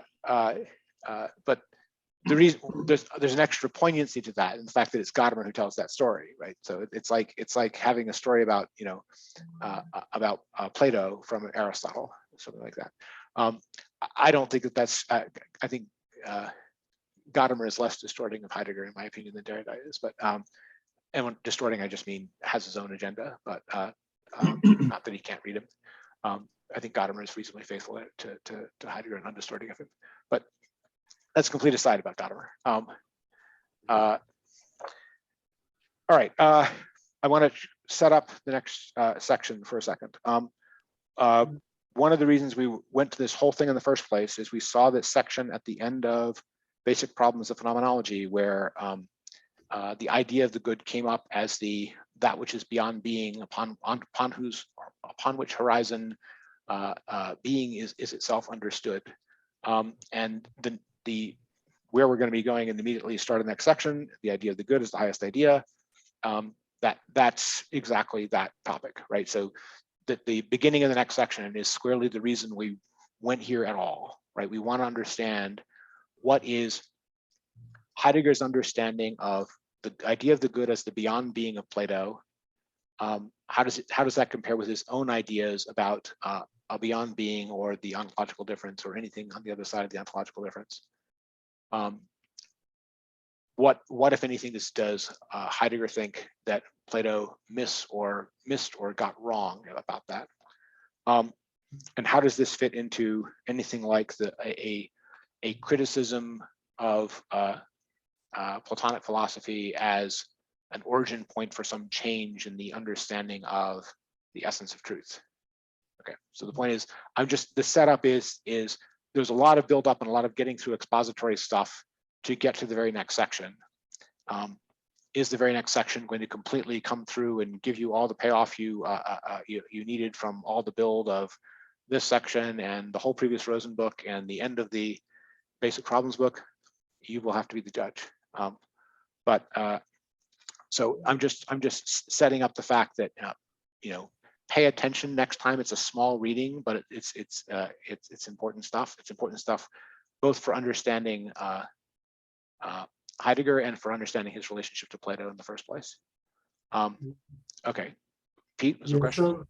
So I think he's already set up the problem he's going to have in that when the person leaves the cave and they finally see the light, they're in the theory of forms, and they're seeing how their understanding of the things in front of them is based on the theory of forms. And they're finding the correspondence between the reality in front of them compared to the theory of forms that they discover when they go to the outside world. So Plato is moving the focus from the unveiling of truth to how does the phenomena match up, correspond with the theory of forms. My problem with that is there's nothing describing the phase 3 out in the light, which is talking about the theory of the forms. It's just assuming the theory of the forms. It's not trying to establish the theory of forms. It doesn't present the theory of the forms as the things that people will philosophize about. It just presents the theory of the forms as the way in which experience of truth manages to happen. So we'll get to that when we read next time, but the basic understanding of how the good operates is very close to just the way the transparency operates as Heidegger explicated it before. And that is not something I think that Heidegger even has a substantive disagreement with. He's not going to call it a theory of the forms, and he's not going to call it the good, but he's going to call it something like an open region and a das sign as a between and a place and a site where an appearance happens. He's going to focus way more on the fact that it is a happening, absolutely, and way less on how it might happen, right? But the places where Plato focuses on the how of it happening, it's not here. It's not in the Republic. He doesn't go into great lengths in the Republic about how the ideas make understanding possible. He's not trying to convince people in the Republic that of the theory of the ideas. He's not having a debate with Aristotle about that. He's just presenting the idea of the good as making something like understanding possible. So, and I think we should pay attention to what he says about the good itself. I think Heidegger has his own take on what that idea is. He lines it up with some of the things in the Sophist. But we haven't done the good yet, right? We haven't. We're about to. We're about to. So are you saying that you think that Heidegger has already set up what he's going to disagree with before at the end of just page 75 before we get to the good part? Well, I'm taking the step 3 as the sunlight as the theory of forms. I don't think I'm the only person who sees that in Plato. I agree that the visible or the light is critical to Heidegger because he has a different spin on it than Plato. And this gets to what Carlos was asking about, where is Aletheia 1 in this? And this is where it shows up because he says the light is invisible. We can see the fire, we can see the sun, but we don't see the light that makes things appear for us. And the invisible thing that allows things to appear for us is the open, the clearing in Heidegger. And he uses open in different ways, but in certain places he says the open is the clearing, das offen. And so that's Heidegger's totally on board with. There's this invisible light that makes things possible. And I think for Plato, that means there's a theory of forms that makes it possible for us to recognize a table, etc. And Heidegger... First and foremost, it means there's an idea of the good that is that cause. I mean, in Plato, the thing that he's calling the open is not replaced by a theory. It's a single idea of the good.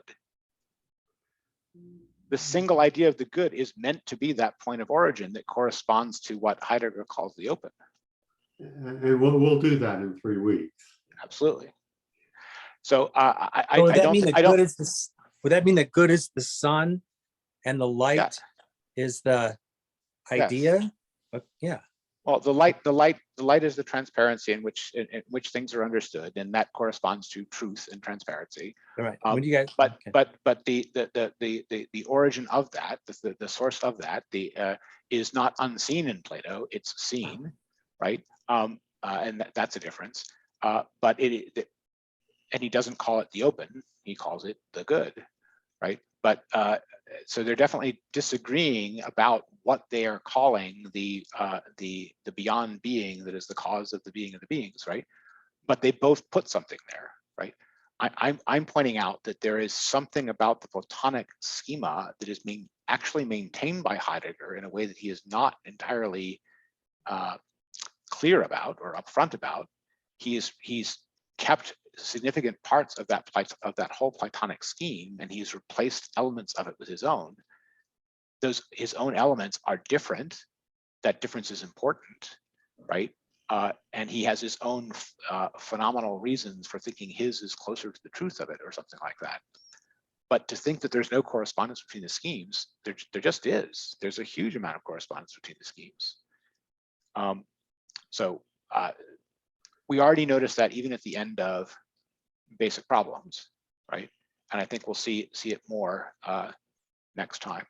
But we should also pay attention to the differences, absolutely, and what he's going to try to ground them in. Jason? Yes. I was wondering, instead of July 17th, which you mentioned, wonder if you could give us another week, maybe July 24, if it's all the same to you. I'm not sure I can make July 17th. Okay, you have another commitment? Might be helpful. I mean, I can do either the 17th or the 24th. I'm willing to move to the 24th if there's demand for it, and if other people don't have problems. I'll second that motion, but I'm not. I'll do the 17th, but it would be helpful to have the 24th. So 24th is easier for you, you're saying. Does Yes. anyone have a problem with the 24th that can't make the 24th? Likely have a problem. That's the fourth. Fourth Sunday, so you have an Yeah. alternate thing? Sorry, Craig, you went on mute. May cancel that alternate thing like I did today. I see. Okay, so 24th is better for Nick and maybe somewhat better for Carlos, but Carlos could do either one. And Yes. Craig, 17th is better for you than the 24th, but you might be able to do the 24th. Yeah, I'll probably just end up having to cancel the other thing on the 24th.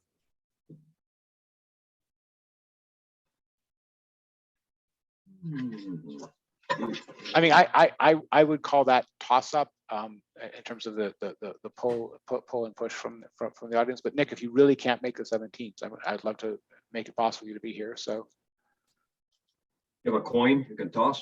Yeah, go with the 24th. Unfortunately, the back of the coin is concealed.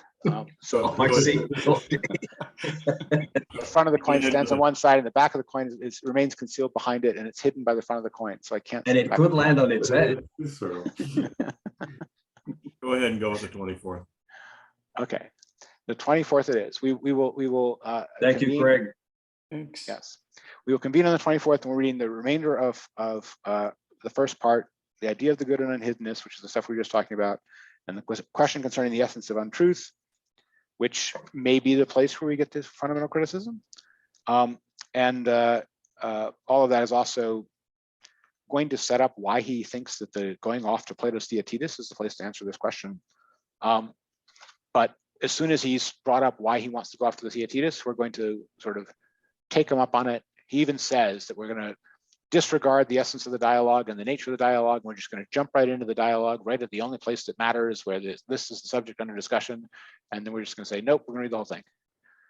So we're disobeying his injunction to jump right into the meat of the matter, or what he regards as the meat of the matter. But next time we'll do the thing up to that. We will save the stuff on Theaetetus for after we've actually read the Theaetetus. We're probably going to be reading the Theaetetus, in August time period. And I would imagine it's going to take more than one session to read the Theaetetus. It's a substantial dialogue. I think we've done it once before in this group, but when we were in person, and I think only a few people who were here managed to come to it. Craig might have been here for that. But there's no problem with doing a dialogue as meaty as the Theaetetus again. So if people want to prepare by getting things, I expect I will be using the one that is the translation the Oh, good. from the collected dialogues, but I will I'll check to see if I want a different translation instead before then, and by the time of the next meeting, settle on a particular version if we have to. But I would expect that any decent translation of Thetis will do. It's very available, so it shouldn't be hard to get. There's obviously versions of it on the web. Okay, but anyway, that's what we're going to be doing after this one, and we won't fail to use the balance of this book, but we'll come back to it. All right. Any other questions before we pause the recording here? It's only been 3.25 hours. Sorry, You're saying 3 hours and 15 minutes. It's kind of short. So you're saying you want more time. Yeah, okay. If you want more time, you just got to ask more questions. That's the way it works. I'll prepare better next time. Yeah, so I wanted to make a comment about where we are in the Republic. Sure. And that Plato didn't set out to describe 4 levels of reality. He was describing education, paideia. How should we educate the rulers of the politeia? And that's where I think the violence comes in. That if you want to drag your students away from play and get them to learn something, I think there's an element of violence in there that you got to drag them out of the cave, away from the screens, and drag them out in the sunlight or what have you. Possibly, but I have a slightly different read on what all this does in the middle of the Republic, because the Republic is this very funny book where these youngsters, Plato's brothers, ask Socrates to prove to them that they should be just. Why should I be good, Socrates? Right? Prove it. And they're coming in skeptical. They're coming in, thinking that justice is for chumps, and they should just be political chiselers and get ahead, right? That's their fundamental thesis coming in. And Socrates is like, you want justice? This is what justice is. It's like, you don't know what justice is. This is what justice is. And then along the way, he's telling them all this. He's going to say, oh, and by the way, in order to have this city be possible, the philosophers are going to have to rule as kings. And they're, even more outraged at that, but they don't quite know what this philosophy thing is. And so he decides to go tell them what this philosophy thing is. And in the course of telling them what the philosophy things is, the political life winds up looking like cave existence.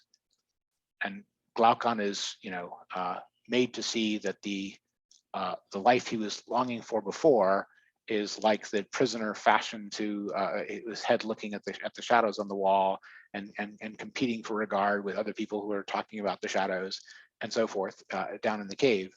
And this is meant to be a reorientation away from the political life that was Glaucon's primary concern up to that point. And my proof for my interpretation is the way the whole thing ends. The whole thing doesn't end with him going out and founding a city. The whole thing ends with him telling them a story about the plains of Lethe and the myth of Ur and the afterlife and all this sort of fundamental orientation stuff, right? And the fundamental orientation stuff essays in the condemnation of a person who picks as his next life the greatest tyranny, and the praise of a man who picks the life of a quiet man minding his own business. Right. So I don't think that all of that is just about trying to educate the future rulers of the great city. I think that the lack of greatness of cities in general is a significant theme of the dialogue. That's my own take / reading on it. And in that context, this reorientation towards partisans of being and the idea of the good is, to me, meant to not just be something for the sake of the rulers of the city or for the sake of the city, but its purpose and meaning is meant to transcend the city and eclipse the city. But that's me. Yeah, and so one other comment, just on the which text of the Theaetetus. Yes. I've had several people who are more familiar with Plato than I am recommend Joe Sachs's translations, S-A-C-H-S. Okay. Sachs. And they're recent. I think Okay. Joe Sachs is still alive. He's a professor. If And you, I've had several people tell me this is the one to read if you're going to buy one. it's a very helpful comment. If you send me a link, I will definitely look at it, and I may very well recommend it. I mean, I think when I've read the Theaetetus, I think at least one time I read it in a separate translation I had for a class, and then most of the time I've read it, it's been in a version that was in a collected works, not necessarily the best translation. So if there's a better translation that's recent, I'm definitely open to it. So if you can send around an Amazon link or something, I'll check it out. Sure. I have a complete works by a guy named Cooper. Is that no reasonable? John M. Cooper. Again, I will look at what Pete has to recommend. It may be a significant cut above what you get in the collected things is a translation that was considered classic for its clarity of language in the 19th century. That's usually what you get. Not necessarily for its philosophical depth in the late 20th or early 21st century.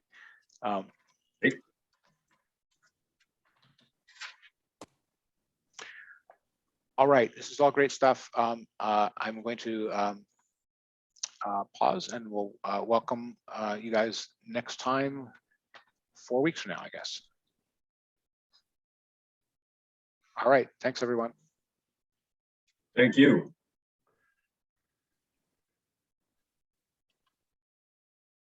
Where is my stop share? Stop recording. There you go.